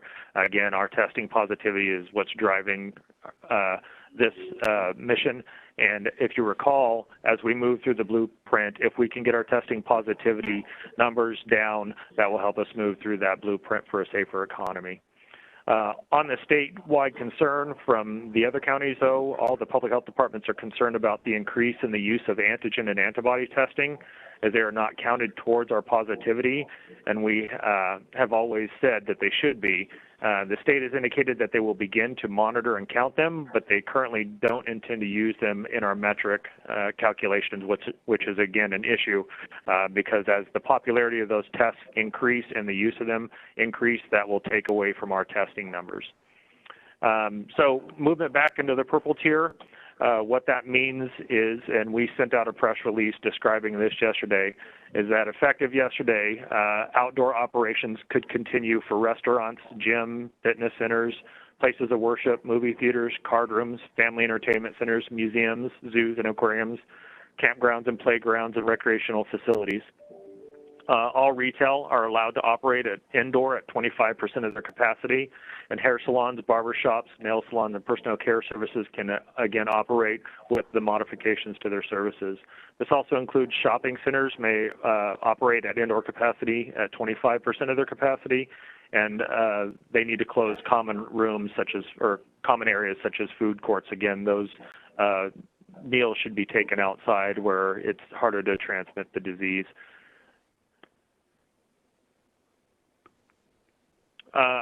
The vaccine update, it's been a busy couple of weeks focusing on vaccine and the many changes the state is implementing.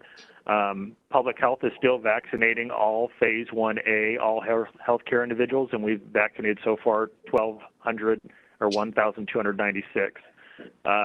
Thanks to some tips, we identified individuals that were sneaking into our vaccine process for phase 1A, and we modified our scheduling and we implemented a verification process. We had folks that did not work in the healthcare industry working their way into our system, and thanks again to that tip, we were able to adjust for that. We did also launch a partnership with ARIA to help with vaccine distribution. We did this and we sent out a press release announcing the partnership that individuals had to have an appointment before they could be vaccinated. Unfortunately, many didn't get that message and they just showed up. This overwhelmed them as the announcement was made on a Thursday, and they were supposed to start calling Friday to schedule the appointments, but instead they just showed up in droves to get vaccinated. And rather than turn these folks away, ARIA stepped up and vaccinated these individuals instead of having them wait. However, this did cause an issue for them because they had originally planned to use that day and the weekend to plan for the following week, and it took away that ability. There was also some issues with their phone lines as some of their clinics were normally closed on Fridays, which created some confusion as they hadn't set those up to roll over. But once we communicated that to them, they did change that. and they've been working through all the issues that we've encountered so far. I just want to remind everybody that this is a very large lift. There's a large population that needs to be vaccinated, and when the governor made that announcement, he took the eligible population to be vaccinated of about 2,000 to 15,000. And this partnership is a result of them having clinics in almost all locations, and they were also the first willing to partner with us. The only place that they don't have a clinic currently is in Corcoran, and we, being public health, have been handling the 65 and older population in that area. We will also be launching a partnership with Family Healthcare Network very soon, and they will start vaccinating for us in Corcoran and Home Garden. We have updated our website, which depicts where we are in the respective phases. We have only included phases and tiers up to phase 1B, tier 1, as they're likely going to change that soon, as Ms. Campbell mentioned. In fact, there's actually a state vaccine call taking place right now, so I'm interested to find out what the outcomes of that call were at the conclusion of the board meeting. But there is continued discussion, as Ms. Campbell mentioned, that once we're done with phase 1B, tier 1, that they will switch to an age-based prioritization system. For public health, that would be much simpler because it's easier to verify somebody's age than it is to verify where somebody actually works. As mentioned before, we are currently in phase 1B, tier 1, 65 and above, but we have already started discussions with our food and agriculture industries as they are the next on the priority population, and we will begin to roll out that strategy as we get closer to that. There's also been a great deal of discussion about second doses since the state, in a rush to get more vaccines out, directed counties to use 50% of their second dose allocations as first dose. The issue is if we are unsure if we will be willing, or not be willing, but have any Pfizer vaccine in the near future. In fact, we started calling folks today saying that we're going to have to reschedule that because we have not been notified of the receipt of any new Pfizer vaccine. Early on, when we started the vaccine process, we only received Pfizer vaccines, so that's where we're at in our second dose allocations now. However, there is discussion, but I'm not confident it will make or will materialize anytime soon, that one dose may be enough. Additionally, the CDC and FDA have now updated their stance and stated it is okay to use either Moderna or Pfizer as a second dose if we don't have the other vaccine as a second dose. They're also stating that receiving the second dose within the originally specified time frame isn't that strict, and they have the opportunity to extend it a couple weeks. So we're going to wait until we see if we're going to get any additional Pfizer vaccine before we make the determination to start using Moderna as a second dose for individuals that receive the Pfizer. Also on Friday, January 22nd, the state issued a letter to providers and hospitals that if they don't use at least 65% of their vaccine, that the California Department of Public Health or the local health officer may recover unused vaccine. If this occurs, the respective agency will have 24 hours to develop and submit to CDPH or the local health department for approval a plan for administering their remaining vaccine to prioritize populations within the next 96 hours. After discussions, we are reaching out to California Department of Public Health. As the way the letter was written and the way the vaccines are distributed, it sounded like CDPH would be the one that would have to make that request of the multi-county entities or hospitals, because they receive their vaccines directly from the state and not from the locals. So we're seeking clarification and guidance on that. We did receive an additional 900 doses of the Moderna this week, and we will be distributing that to ARIA as they have over 1,000 individuals on their 65 and older waiting list. We will keep some of these vaccines for Corcoran, and we'll continue with our clinic there until Family Healthcare Network takes over. We're also in the process of providing all second doses to individuals who have already received them so far. For the ones that we have already mentioned before, we are starting to call those that we are projecting out that we will run out of the Pfizer vaccine and we will have to reschedule their second dose. Again, we're going to wait the extra 2 weeks to see if we do get notice of receiving the Pfizer vaccine, and if we don't, we will switch to using Moderna if those individuals are willing to make that switch. Right now, there is still no clear picture of when or if the vaccine allocation distribution process will become more reliable or predictable. As mentioned, we did receive 900 doses this week, which is the most we've ever received before. So we're hoping that that's a good sign that we're going to start seeing increasing quantities and supply. And finally, the state announced yesterday the rollout of MyTurn software, which is a COVID vaccine clinic management and public registration scheduling portal. Initially, the system will be piloted in small numbers of counties. And this is a good thing, as there's often issues with these first rollouts of software systems like these, and this will give them an opportunity to work through any of the issues and address them, hopefully before it's deployed statewide. The state also did announce pilot programs with OptumServe to also provide vaccines. This rollout will look like the OptumServe testing rollout, which we have here. For those of you that may remember, the OptumServe testing site is the testing site at our day reporting center. The way the system works, or the way they're rolling it out, is very similar to that, where the county will have to identify the locations and the facilities, provide the support for location and facilities, as well as provide the vaccines for the OptumServe organization, but they would provide the staff and the other ancillary supplies to increase the distribution and administration of the vaccines. This concludes my report, and I'm happy to answer any questions. Great, thank you, Mr. Hill. Questions from the board?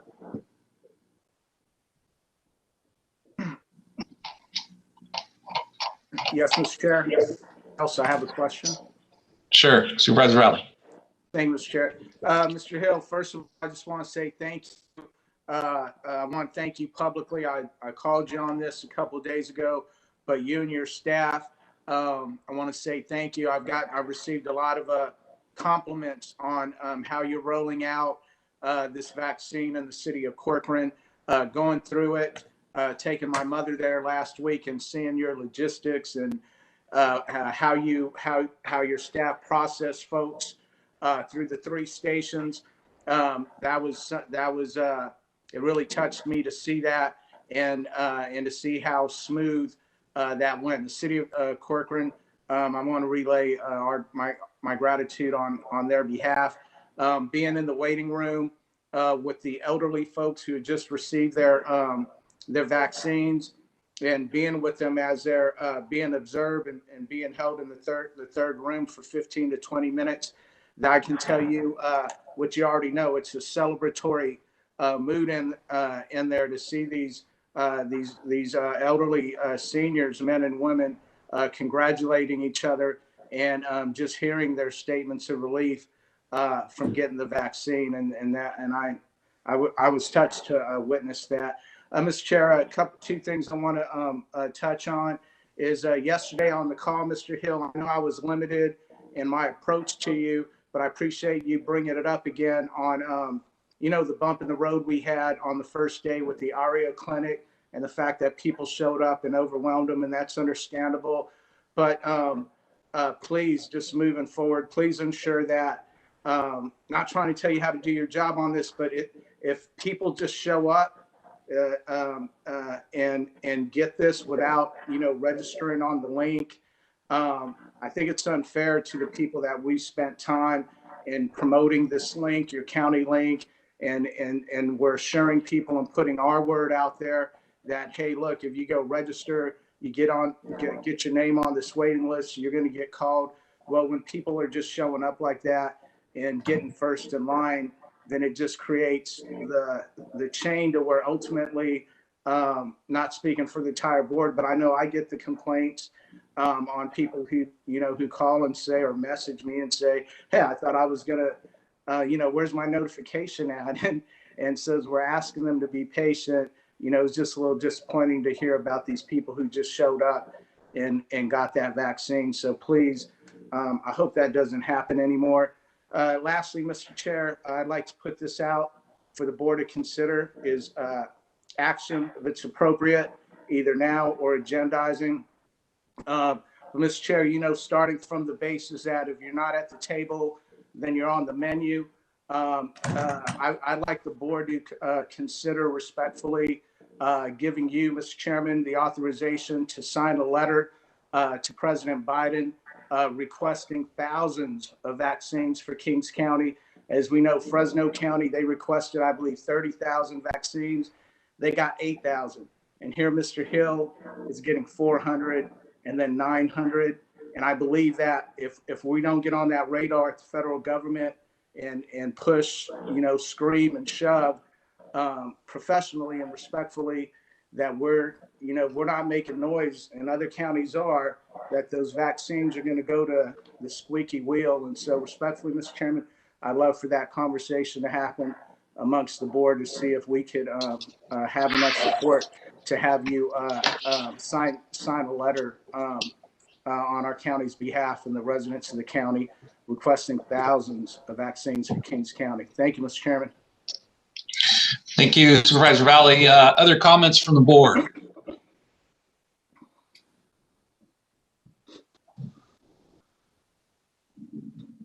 Okay, not hearing any. Ed, we had a discussion. One thing that concerned me yesterday, again on the COVID call, was that,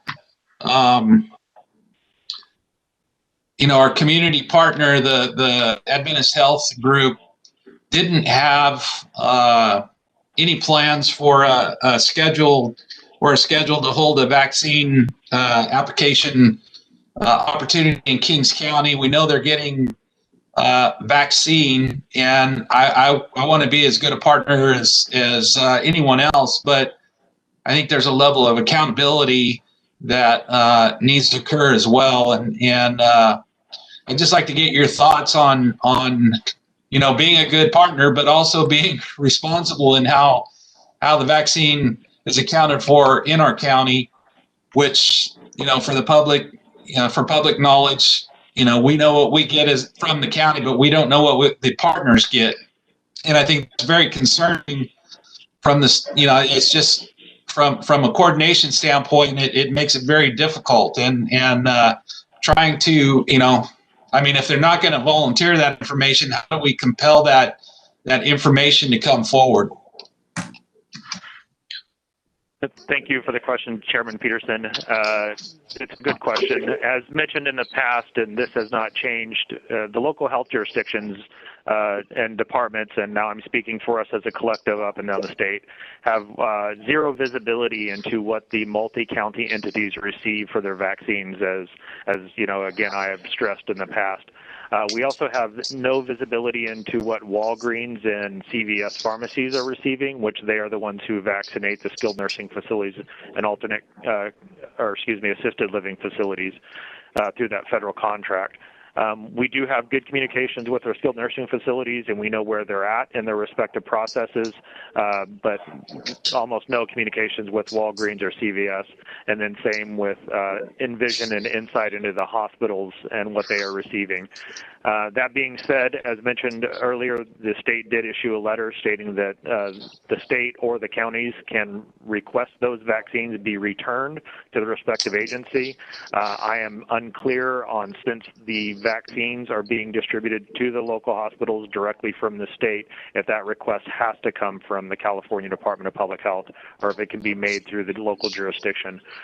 The way I read the letter is it does have to come from the California Department of Public Health, and I've already reached out to them to get clarification and to start that process moving, if anything, just for the insight as to what's going on and how many vaccines they have and what the plan is moving forward. Well, in a follow-up to that, I know Santa Clara County used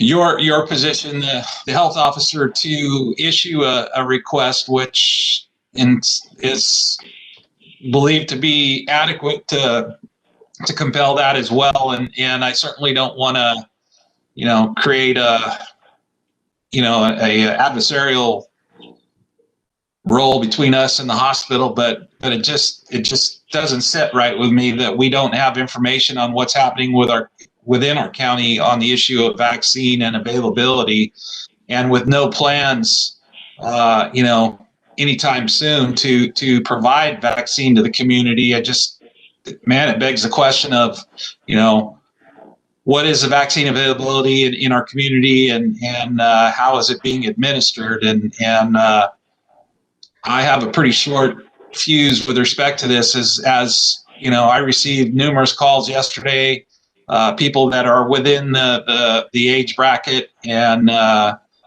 can't get obviously the vaccine, and I know that's not just in our community. I know that's nationally an issue, but I would sure encourage county council and yourself to have that discussion about how we compel a better communication on this issue. Thank you, Mr. Chairman. I'd be happy to have that discussion with County Council, as well as share information that I learned from the California Department of Public Health on this matter. Again, they are having a call right now. I'm assuming from the text messages that I'm seeing from my peers that this may be one of the topics. And again, I will push the issue with them directly, that them being the California Department of Public Health, on how that process should be followed if the request for that vaccine or plan has to come from the state, since they receive their vaccines directly from the state, or if the local health jurisdiction can make that request. Good, thank you. Supervisor Verboen, comments? Yeah, I'm hearing the same thing. What you're saying. I had a lot of phone calls over the last 5 days asking, where can I get a vaccine? I called ARIA. They're not answering the phone. I had appointments. And then I hear, well, I went to Tulare, got in line, I got my shots there.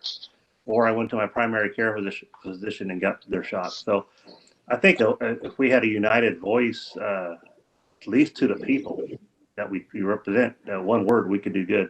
I don't know about reach out to Biden, President Biden. I know we have, Matt Rogers was tied to Kamala Harris. Maybe we can get a letter to him that asks for some more assistance. I don't know how their system works yet. They have, we don't know who's in charge of what yet. But I think for me, a common voice to the people that have questions of where can I get a vaccine.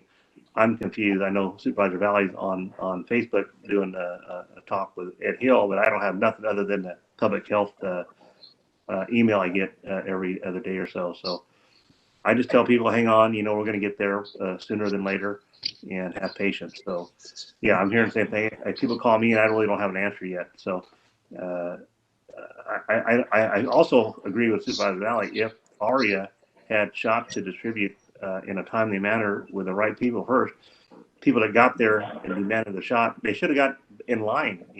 Just because you're there doesn't mean you should get it. I think it should have been done logistically and in order, because it kind of flipped in a bad light. So, and then now they go home and say, well, I got my shot, and they tell their friends, and then they're calling us complaining because they can't get put. They're not even on a list yet. So we got some work to do on this and move forward. So let's keep chin up. We'll get through it. Yeah, I think yesterday the president made a comment that, hold on, we know we're spooling up, and something to the order of we'll get to you in the spring. So I possibly upping the delivery or the amount of vaccine that's produced to 1.5 million doses a day. But again, I think your letter is going to go. I was on a phone call yesterday, a conference call with all of the rural and agricultural regions that are members of the National Association of Counties, and the only state that said they had adequate supply was Michigan. Every other state was making the same prognostication that we were, that they don't have and can't get the vaccine, and so it's a nationwide shortage. But again, I think focusing on our community, I think we should be as efficient and knowledgeable about vaccine that does exist in our community, and right now we don't have that. So I'll leave it to the board to further any comments. Mr. Chairman? Yes, sir. Yeah, thank you, Mr. Chairman. I appreciate the discussion on the topic of the letter. Respect everyone's opinion on that. Mr. Chairman, I get what you're saying, that, hey, this isn't a unique problem to Kings County, but again, I believe it's a problem, and I think we're the ones who could address it for the people that we represent. I believe that they would appreciate that representation, and again, it memorializes, which is a lot of what we do, is memorializing through resolutions or actions. This is, I think it's an action in response to all the complaints that we're getting on behalf of the people that we represent, and that, you know, it's a positive show of effort. I like Supervisor Verboon's comments as it relates to one voice, and I think that letter would do that. I have no problem helping staff out with the language. I'm sure Rebecca has seen other counties doing it. I'm seeing it. I'm reading their letters. You know, that's something easy where we want to put a lot of strain on our staff. You know, they can modify some language that already exists out there. But you know, and nothing stops any one of us as district representatives from using our own letterhead in doing that. And I'm prepared to do that. But I thought I'd approach the board today so we would have that unified request to say, hey, look, we need more. 400 vaccines a week is not going to cut it. Thank you for the 900, but that's not going to cut it either. We do have people waiting. And as Ed pointed out, you know, we're starting to average two deaths per day. And out of the 146 people in Kings County who have died, 78%, I believe, are 65 and older, and half of those deaths have occurred since December 1. And so that represents a need for urgency. And again, I can do it on my own letterhead and ask staff to help me. But I think obviously anytime we have one voice and we're all together on something as crucial, as important as this, that it's, you know, it's going to make a lot more sense, Mr. Chairman. So I would, just for the sake of time, Mr. Chairman, if you permit me to make a motion, I would motion to ask staff to draft the letter to bring it back versus us moving forward with a blank check today, even though there is a sense of urgency. I think it'd be more respectful to the board to actually see a drafted letter, the language, and then we could vote, take it up next week. I'll second that. That would be my motion, Mr. Chairman. I'll second that. Okay, we have a motion and a second. Supervisor Valley, I'd ask you maybe if you would be willing to amend that, because and add a name to that, and that's the governor. You know, the governor is the gatekeeper of California, and that's where the material goes first. You know, the media is saying that California is one of the worst with respect to the rollout, and we don't know what we have in stock and what's coming to us. And so I think I would, you know, support your motion and if you would consider a friendly amendment to that. Absolutely. Thank you for bringing that up. That's very important. Yes, Mr. Chairman. So then the motion would include the letter to President Biden and Governor Newsom. Very good. Okay, we have a motion and a second. Madam Clerk, please call the roll. Joe Nevs, is he back on? Doesn't appear to be. Richard Valley? Aye. Doug Verboon? Yes. Craig Peterson? Aye. Richard Fagundes? Yes. Okay, we have 4 in favor, 1 absent. Thank you. Doug, did you have another comment? I saw you waving your finger a little bit. Nope, you're good. Okay, thank you. Chairman Peterson, I have a question about the action. So would your board like a letter brought back next week, or would you like to give direction to the chair to approve the letter and send? I think it's timely that we get this out as quick as possible. So if everyone's okay, maybe we draft that and then get it to everybody and try to get it out before next week if possible. I see County Council with a comment. Yeah. Supervisor Valley already took care of that. The motion was to bring it back. Now, if you want to reconsider, that would require a separate motion. I knew you were going to say that. I wanted to be respectful to the board, to give them the week to see the language. But I also agree with Chairman Peterson on the urgency. So I'm more than happy to make that motion just to see where the board lands at on that as well. That's worth hearing back from the board on. So, Mr. Chairman, I make the motion that once staff drafts the language, that use the chairman of the Kings County Board of Supervisors sign that letter immediately and get it out. Okay, Supervisor Verboon, you have a second? on that? You're good? Okay. So we have a motion and a second to modify the motion on the timelines. Madam Clerk, please call the roll. Richard Valley. Aye. Doug Verboon. Craig Peterson. Aye. Richard Fagundes. Yes. Okay, we have 4 in favor, again, 1 absent, and thank you. We'll move on now to our scheduled 10 o'clock public hearing, which always seems to, unfortunately, it's an internal matter, so I think we have folks on the line, and so I'll shift it over to Ms. Campbell. Yes, thank you. So this is a public hearing to appoint a county road commissioner. The county road commissioner is by California Streets and Highways Code, Section 2006 Alpha. That is a requirement that the board appoint a single road commissioner for all roads and districts within the county. In the past, this has been appointed by the board. Director Harry Verhul did serve as the county road commissioner. And then Director Kevin McAllister did not, we did outsource those services and continue working with Mr. Verhul as the county road commissioner. However, with the new appointment of Mr. Dominic Tyberski, he was appointed as Public Works Director on January 11th of 2021 this year. He does have the requirements and is a registered civil engineer. And so I would request that your board appoint Mr. Tyberski as the County Road Commissioner today. And I would ask that you open the public hearing, receive any comments, and then make the appointment. Thank you.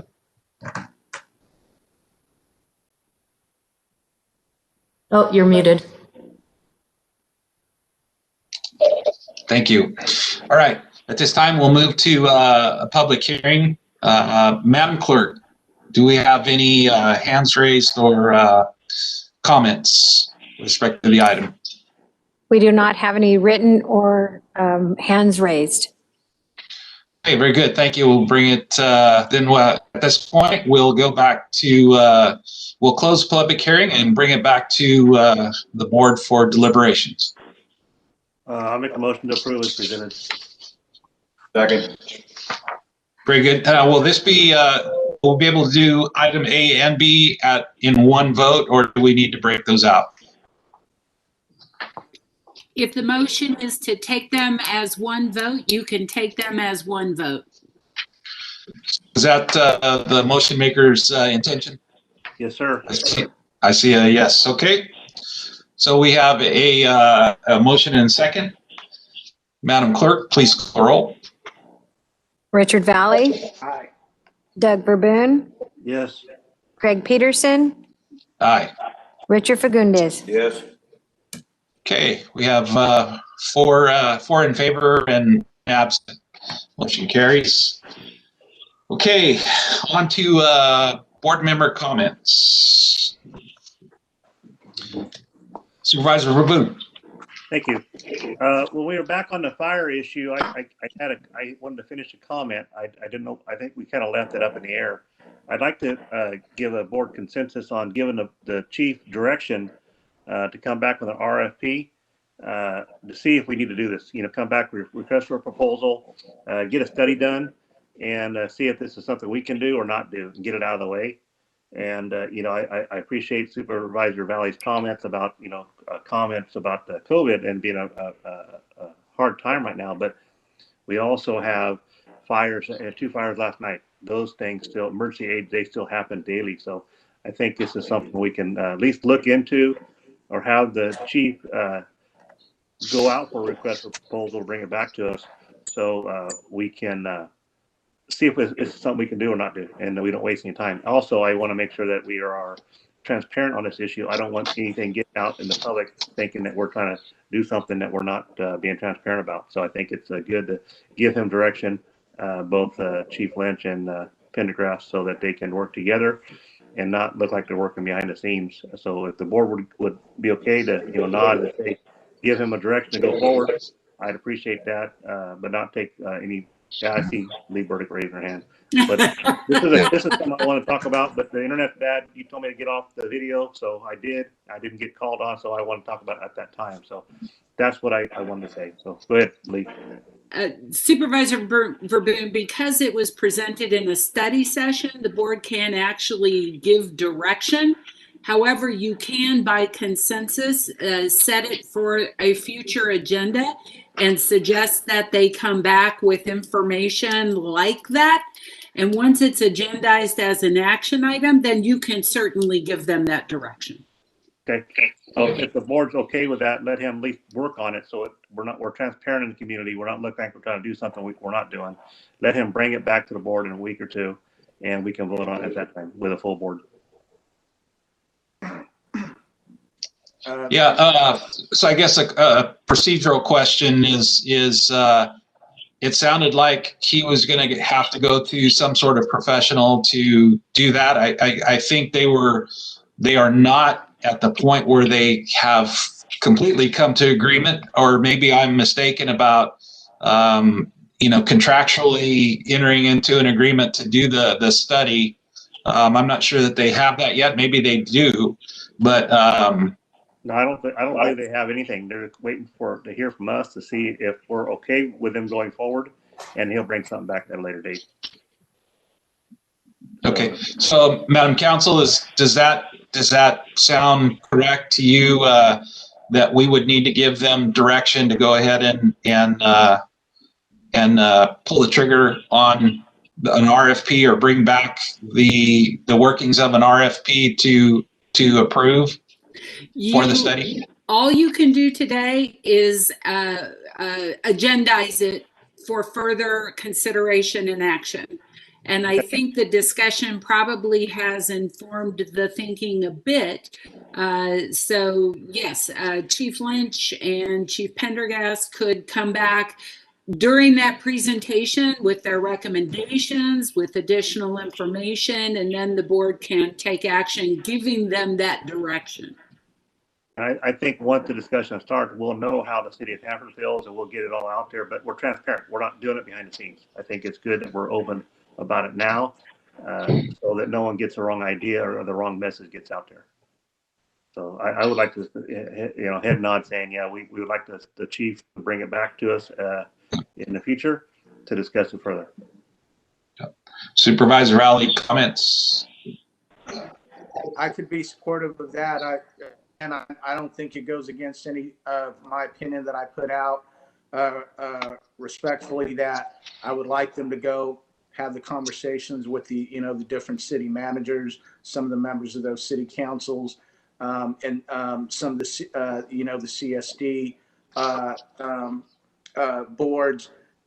So that way, one, we do not only meet the transparency as Super Boone put out there, and I very much appreciate that, but also that those smaller rural communities are represented more in the talk, because that just didn't stick today. It didn't come out during the chief's presentation. And so as long as they do that and they're coming back and they're saying, hey, here's some more information, and by the way, it's an action item under the request to RFP, then that's definitely something I would not be opposed to today. Thank you. Okay, the only person I haven't heard from is Supervisor Fagundes, and hopefully we can do this by consensus. Are you okay with that, Fagundes? Yes, I am. Okay, so we have consensus to bring this back in, and I don't know the time schedule for our agenda, what our agenda looks like into the future for dates, but Ms. Campbell, I guess, can work with the fire chief to find that date. I certainly can. I would anticipate we would probably bring something back towards the end of the month. Okay, very good. Thank you. All right, so back to board member announcements, and Supervisor Verboen. Yeah, I'll be brief. We had a Amtrak San Joaquin's meeting on Friday, and we had policy council meeting on Friday. Supervisor Neves attended that one as well. Just regular comments and agendas, setting the board up for chair, vice chair, stuff like that. So with that, I'll leave it up to the next person. Thank you. Okay. Supervisor Valley. Hi, Mr. Chair. I'll just touch on, I just want to make sure, for transparency too, as I thank Mr. Hill and his staff for their efforts, I do thank him. He gives us time on the Facebook Live videos as mentioned. Sometimes I ask him to come on the platform. Sometimes he asks me for the platform. And so I appreciate it, because at the end of the day, it's just about giving out information. Those videos, I do my best to just reiterate or ask him a leading question on something that he's already reported to us on earlier in the day, but just doing it in a way to help him, get it out to the community and more tailored down to the people we represent. So I just want to make sure, in all fairness to Mr. Hill, that the board knows he has put that out for anybody. And sometimes I ask him, and sometimes he has to say no, or he says, hey, maybe in 3 or 4 days when I free up, and I respect that, and I don't push him for it, because we all know he's extremely busy. But I just wanted to cover his base on that. That's not something he's just doing especially for me. I know he's more than willing to do it for anybody else too, but it does help get the information out. People have appreciated the information. Thank you, Mr. Chairman. Thank you. Supervisor Fagundes? Nothing at this time. Okay, thank you. Yeah, and, for me, just a couple things. A lot of phone calls on the vaccine stuff, as we've talked about earlier, and everybody wants a shot, and they all meet the criteria that I've been getting phone calls from, but we just don't have the vaccine. So just we're as edgy as everyone else in trying to get those to the public, and we'll do everything as we've done today, letters and anything else we can to help coordinate that. Another big thank you. So, our Navy partner out, NAS Lemoore, brings a lot of folks through our community, and some take a bigger role in our community than others. And one of those that's taken a huge role is a pilot from NAS Lemoore. His name is Kyle Jason. When we started our ASU program, the Air Support Unit for the County Sheriff's Department, we quickly learned that safety protocol and procedures were very important. And having an asset like NAS Lemoore and some of the pilots that have volunteered to the ASU have just been a great asset to the program and to public safety in Kings County. And so just wanted to give a big shout out to Kyle Jason. He was one of our chief training officers at the ASU. He was twice Pilot of the Year in the Navy. He has more hours than anyone in the new platform. What's the latest jet that they have out there? But more hours than anyone. But he is retiring from the Navy and moving on to public interest job, and we're going to miss him greatly, and just wish him all the best and thank him for all of the commitment that he made to our community. He wasn't a resident here for long, but he took a great interest and provided a big impact into public safety and the safety of our residents. And again, just want to say thank you to him for all of his efforts. Other thing, just a quick mention of passing of a 25-year employee of my family, that really honorable guy that came to work every day. Not one of those guys you had to chase down and go find to work. My family, he was lost to COVID. He worked for us for 20 years, and then when my triplets were born, he came to me and said, "Hey, my wife wants to watch your kids." It just worked out that his wife was able to help our kids, and just wanted to wish all my best to his family. And with that, we will move on to board correspondence. Okay, so there's a number of items in correspondence, as Supervisor Valley discussed earlier. The letter from Mayor Preciado is from the city of Avenel. That letter in support of vaccines for the farm working community is in correspondence. Also, a request for placement on CEQA notice list for projects involving the Kings River water. A letter from Downey Brand is in correspondence. From Fish and Game, there's a notice of receipt of petition for a 5-year status reviewing concerning the Milo Baker's lupine. Also, a notice of proposed regulatory action related to the waterfowl hunting season is in correspondence. From Fresno County, there's a notice of preparation draft program environmental impact report for the Fresno County General Plan Review and Zoning Ordinance Update. From the Kings Mosquito Abatement District, there's a notice of intent to apply for public health pesticides for vector control purposes to surface waters and waters of the U.S. within Kings and Tulare counties. And from the State Board of Equalization, there's an Assessment Appeals Board remote hearing notice during the COVID-19 pandemic. So that's all in correspondence. There is an upcoming event. We were given notice that the Catholic School Week recognition is coming up. St. Rose McCarthy School in Hanford is having an appreciation drive-through on February 1st from 10:30 to 11 a.m. You would enter through the Harris Street gate and exit onto Florinda Street in Hanford.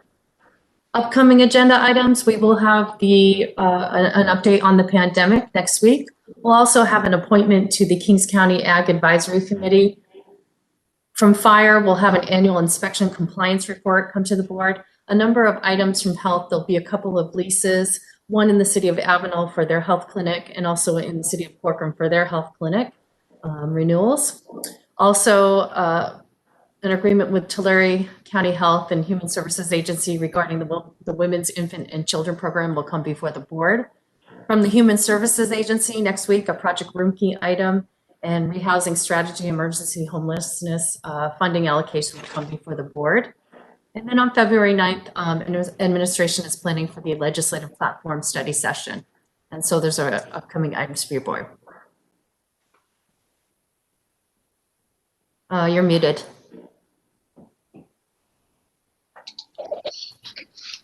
Slow on the trigger today. That's okay. Okay, so at this time, and a question to Ms. Campbell. I know we have a California Public Finance Authority, and those are usually pretty short, scheduled for 11 o'clock. Do you anticipate that taking too long? Can we take that before we go to closed session? I think it would be fine to take up that, my opinion. We could ask counsel.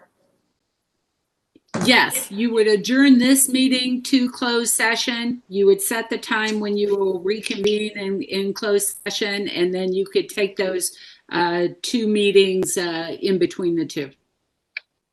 Okay, very good. Thank you. So at this time, we will go ahead and adjourn to closed session. We have two matters, personnel matters, Government Code Section 54957. And that's public employee appointment, title fire chief, and secondly, workers' compensation, one case, Government Code Section 54956.95. Madam Counsel, do you anticipate reporting out? No, Mr. Chair, thank you. Okay, very good. So at this time, then we will go ahead and adjourn. Oh, Supervisor Valley, was that you? I was just going to ask you if what you were really trying to ask was if there's a way we could stay on this link, adjourn as a Board of Supervisors, delay closed session, adjourn as a Board of Supervisors, and then take up the next two meetings on the same link. Is that what you're trying to do to simplify it? That's a question, Ms. Cabell. Is that the intention to hold this link, or do we have it separate for the? I would refer to the clerk, but I believe it's this link. We would continue. You are correct. Okay. Yes, we are staying on the same link. Closed Okay, session will be a separate. Thank you. Okay, so we will again go ahead and adjourn to closed session or adjourn, and we will reconvene at approximately 11:35 for closed session, and we will take up our 11 o'clock and 11:15 items of California Public Finance Authority regular meeting, And at 11:15, or when we get to them, the California Public Finance Authority Community Development Corporation regular meeting. So with that, we will go ahead and switch to our California Public Finance Authority meeting when Madam Clerk is ready. I am ready, and it appears that Scott Carper is online.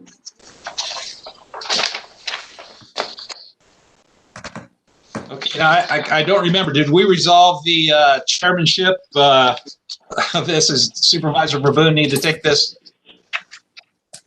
You are correct. The election of officers is the second part of the agenda.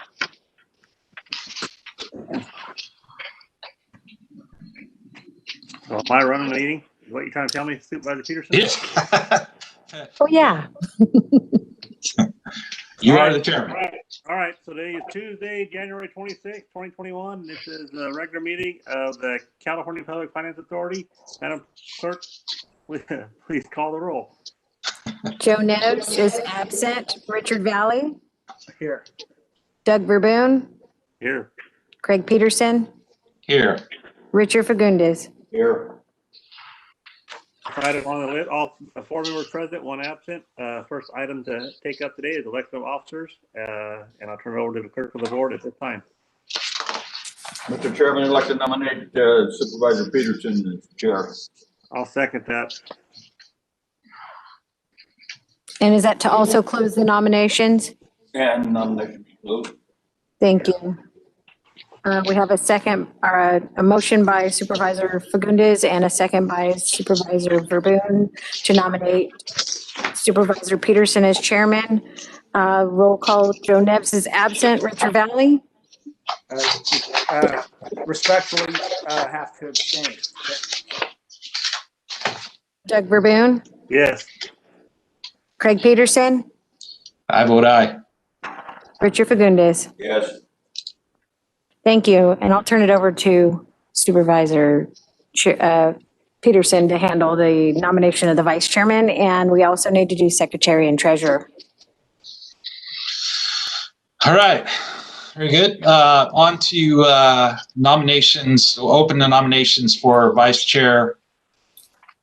Are there any from the floor? I'll make a motion to nominate Supervisor Neves for vice chair and close the nominations. Second. Okay, we have a motion and a second to nominate Supervisor Neves as vice chair and to close the nominations. Madam Clerk, would you please call a roll? Richard Valley? Aye. Doug Verboen? Yes.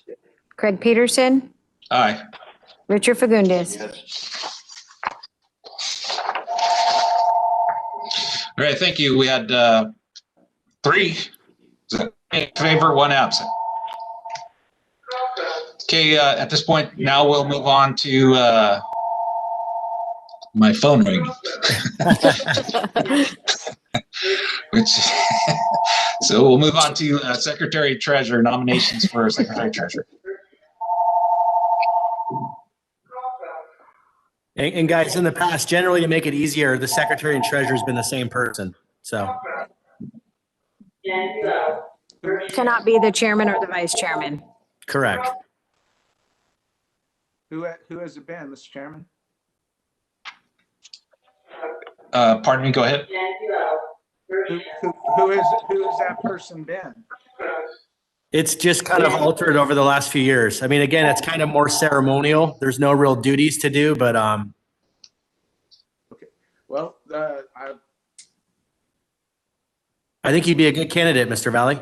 No. I don't want to put it on anybody else either. So I'm just gonna say- I'll do it. So I'll do it. I'll nominate myself. So we'll get moving on this. I'm fading fast. I will motion to close nominations in second. Okay, we have a motion to approve Supervisor Verboen as Secretary Treasurer and to close the nominations. Madam Clerk, please call a roll. Richard Valley? Aye. Doug Verboen? Yes. Craig Peterson? I vote aye. Richard Fagundes? Okay, we have 4 in favor, 1 absent.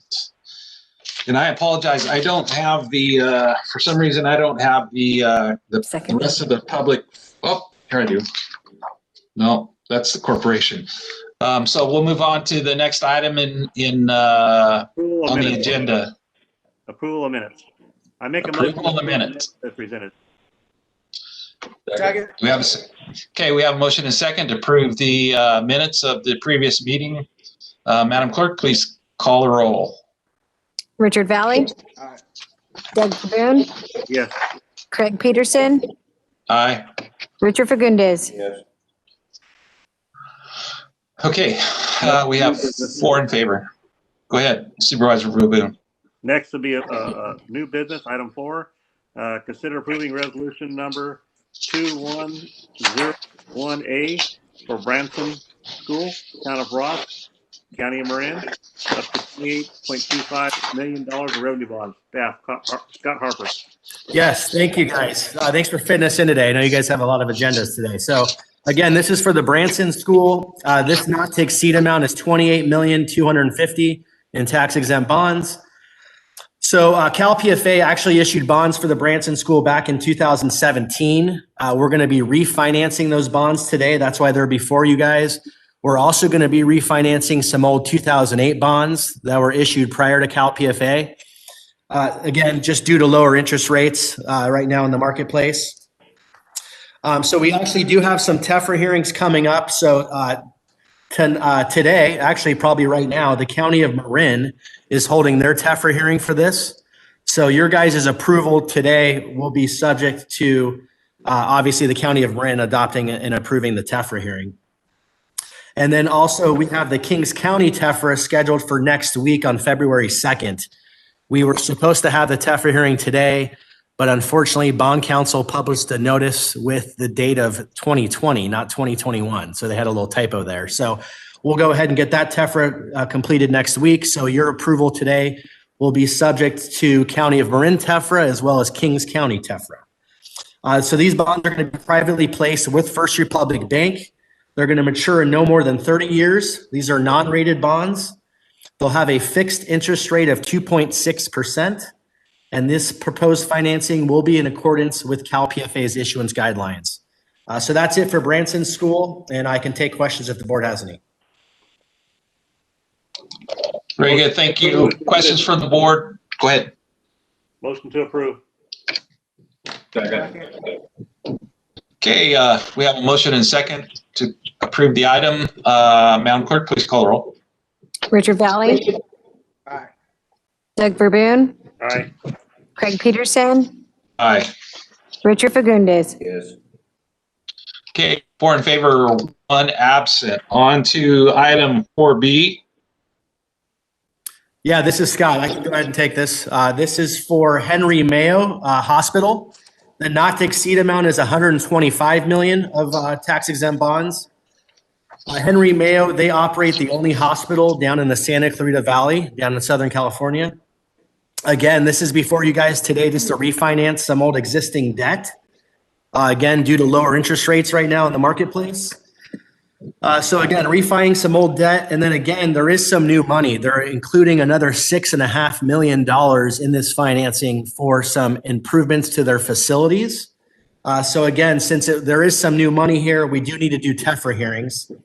So both TEFRA hearings are going to be held coming up on February 9th, not only in Kings County, but also by the city of Santa Clarita. So again, any board approval today by Cal PFA will be subject to the approved TEFRAs in 2 weeks. Again, these bonds are going to be offered based on Henry Mayo's credit. The final maturity of these bonds will be no more than 30 years. They will be issued as fixed rate tax exempt bonds. Their anticipated rating is going to be BBB- by Standard & Poor's. And this financing will comply with all of Cal PFA's issuance policies. And that's it for Henry Mayo. I can take questions if you guys have any. Okay, questions from the board? Approve it. Second. We have a motion and second to approve as presented. Madam Clerk, please call the roll. Richard Valley. Aye. Doug Verboon. Yes. Craig Peterson. Aye. Richard Fagundes. Yes. Okay, 4 in favor, 1 absent. On to public comment. Madam Clerk, do we have any public comment? I do not have anyone online with their hands up, and I have not received any written comments. Okay, very good. On to staff updates. Scott, you have anything? None today, guys. Very good. Thank you. So at this point, we will adjourn as the California Public Finance Authority.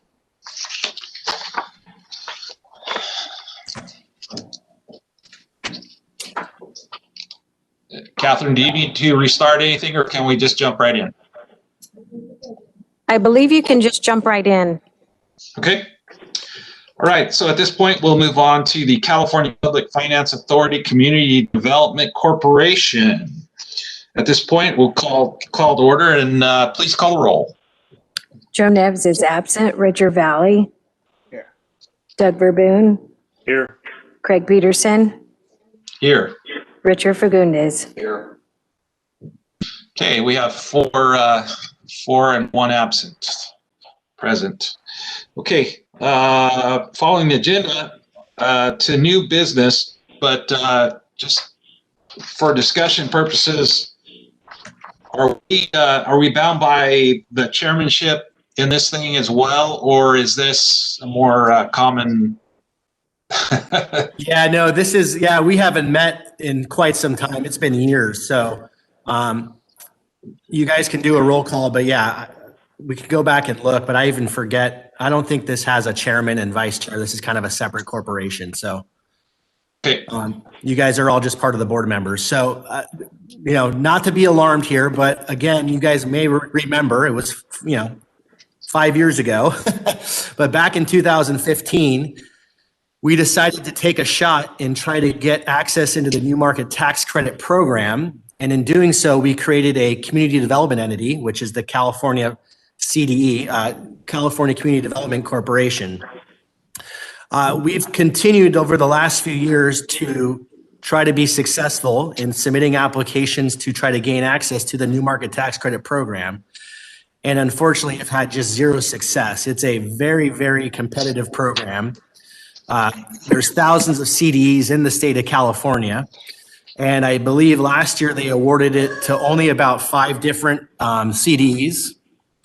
Again, we don't really have a track record. We thought there was a way to get into the program and have some success, but we decided, just after talking with all of our different consultants on the program, you guys don't recall, but again, we have to every year, and we go ahead and take care of doing this. We have to file tax returns for that corporation stating 0. So we have to pay money in order to do that. And after doing that over the last 5 years, we just decided, we're probably not going to be successful in obtaining new market tax credits. So thought it just made the most sense to just dissolve the corporation, and that'll alleviate any ongoing matters and also having to file tax returns every year and all that. It's going to alleviate a lot of administrative duties. So we just thought it made sense to move forward at this point, just to dissolve that. That's why we're before you guys today. So it's unfortunate. It's a great program, but again, it's just highly competitive. And I think we're going to stay focused on our core programs that are having a lot of success right now. Okay, very good. Any board member questions or comments? Mr. Chairman, just a comment. I just want to remind everyone is that as we weren't able to get there from where we sat, we still can and do benefit from the Central Valley New Market Tax Credit Association. For maybe about the last 8 or 9 years. I sit, I'm an active member on the advisory committee. Those are very tough tax credits to get a hold of. In 2018, we were blessed to receive $55 million in those tax credits. And from time to time, there's projects from Kings County that our board has taken up and have benefited from. So we still have an avenue there. I just want to remind anyone along those funding resources that's something I'm always more than happy to carry up anyone's ideas or projects that they feel meet the umbrella requirements of these new market tax credits. And we've done it multiple times, even within the county. Thank you, Mr. Chair. Yep. And so the question today is, are we exiting stage left? Are we? Hey, Mr. Supervisor Valley, that's excellent. I mean, 55 million is a hell of an award. And again, you've been dealing with this for 8 or 9 years. It's very competitive. So hats off to you guys, to that commission, to be so successful. That's just phenomenal. So. Thanks, sir. Okay, Chair would entertain a motion this time. So moved. I'll second. Okay, we have a motion and second to dissolve the California Public Finance Authority Community Development Corporation. Madam Clerk, please call the roll. Richard Valley. Aye. Doug Verboon. Yes. Craig Peterson. Aye. Richard Fagundes. Did we have the fourth? I didn't hear Supervisor Fagundes. Was that an aye? Yeah. Very good. Okay, so we have 4 in favor and 1 absent to dissolve the Development Corporation. At this time, we'll move to public comment. And Madam Clerk, do we have any public comments? I do not have anyone with their hand raised or written comments. Okay, and staff updates, pretty self-explanatory, I guess. Correct. All right. We will adjourn for the final time. Thank you all. And so hopefully in about 5 minutes or so, we will reconvene as in closed session as the Board of Supervisors, and that will be on a different link. So see you in a few. Thanks, guys. See you soon. Thanks, Scott. See you.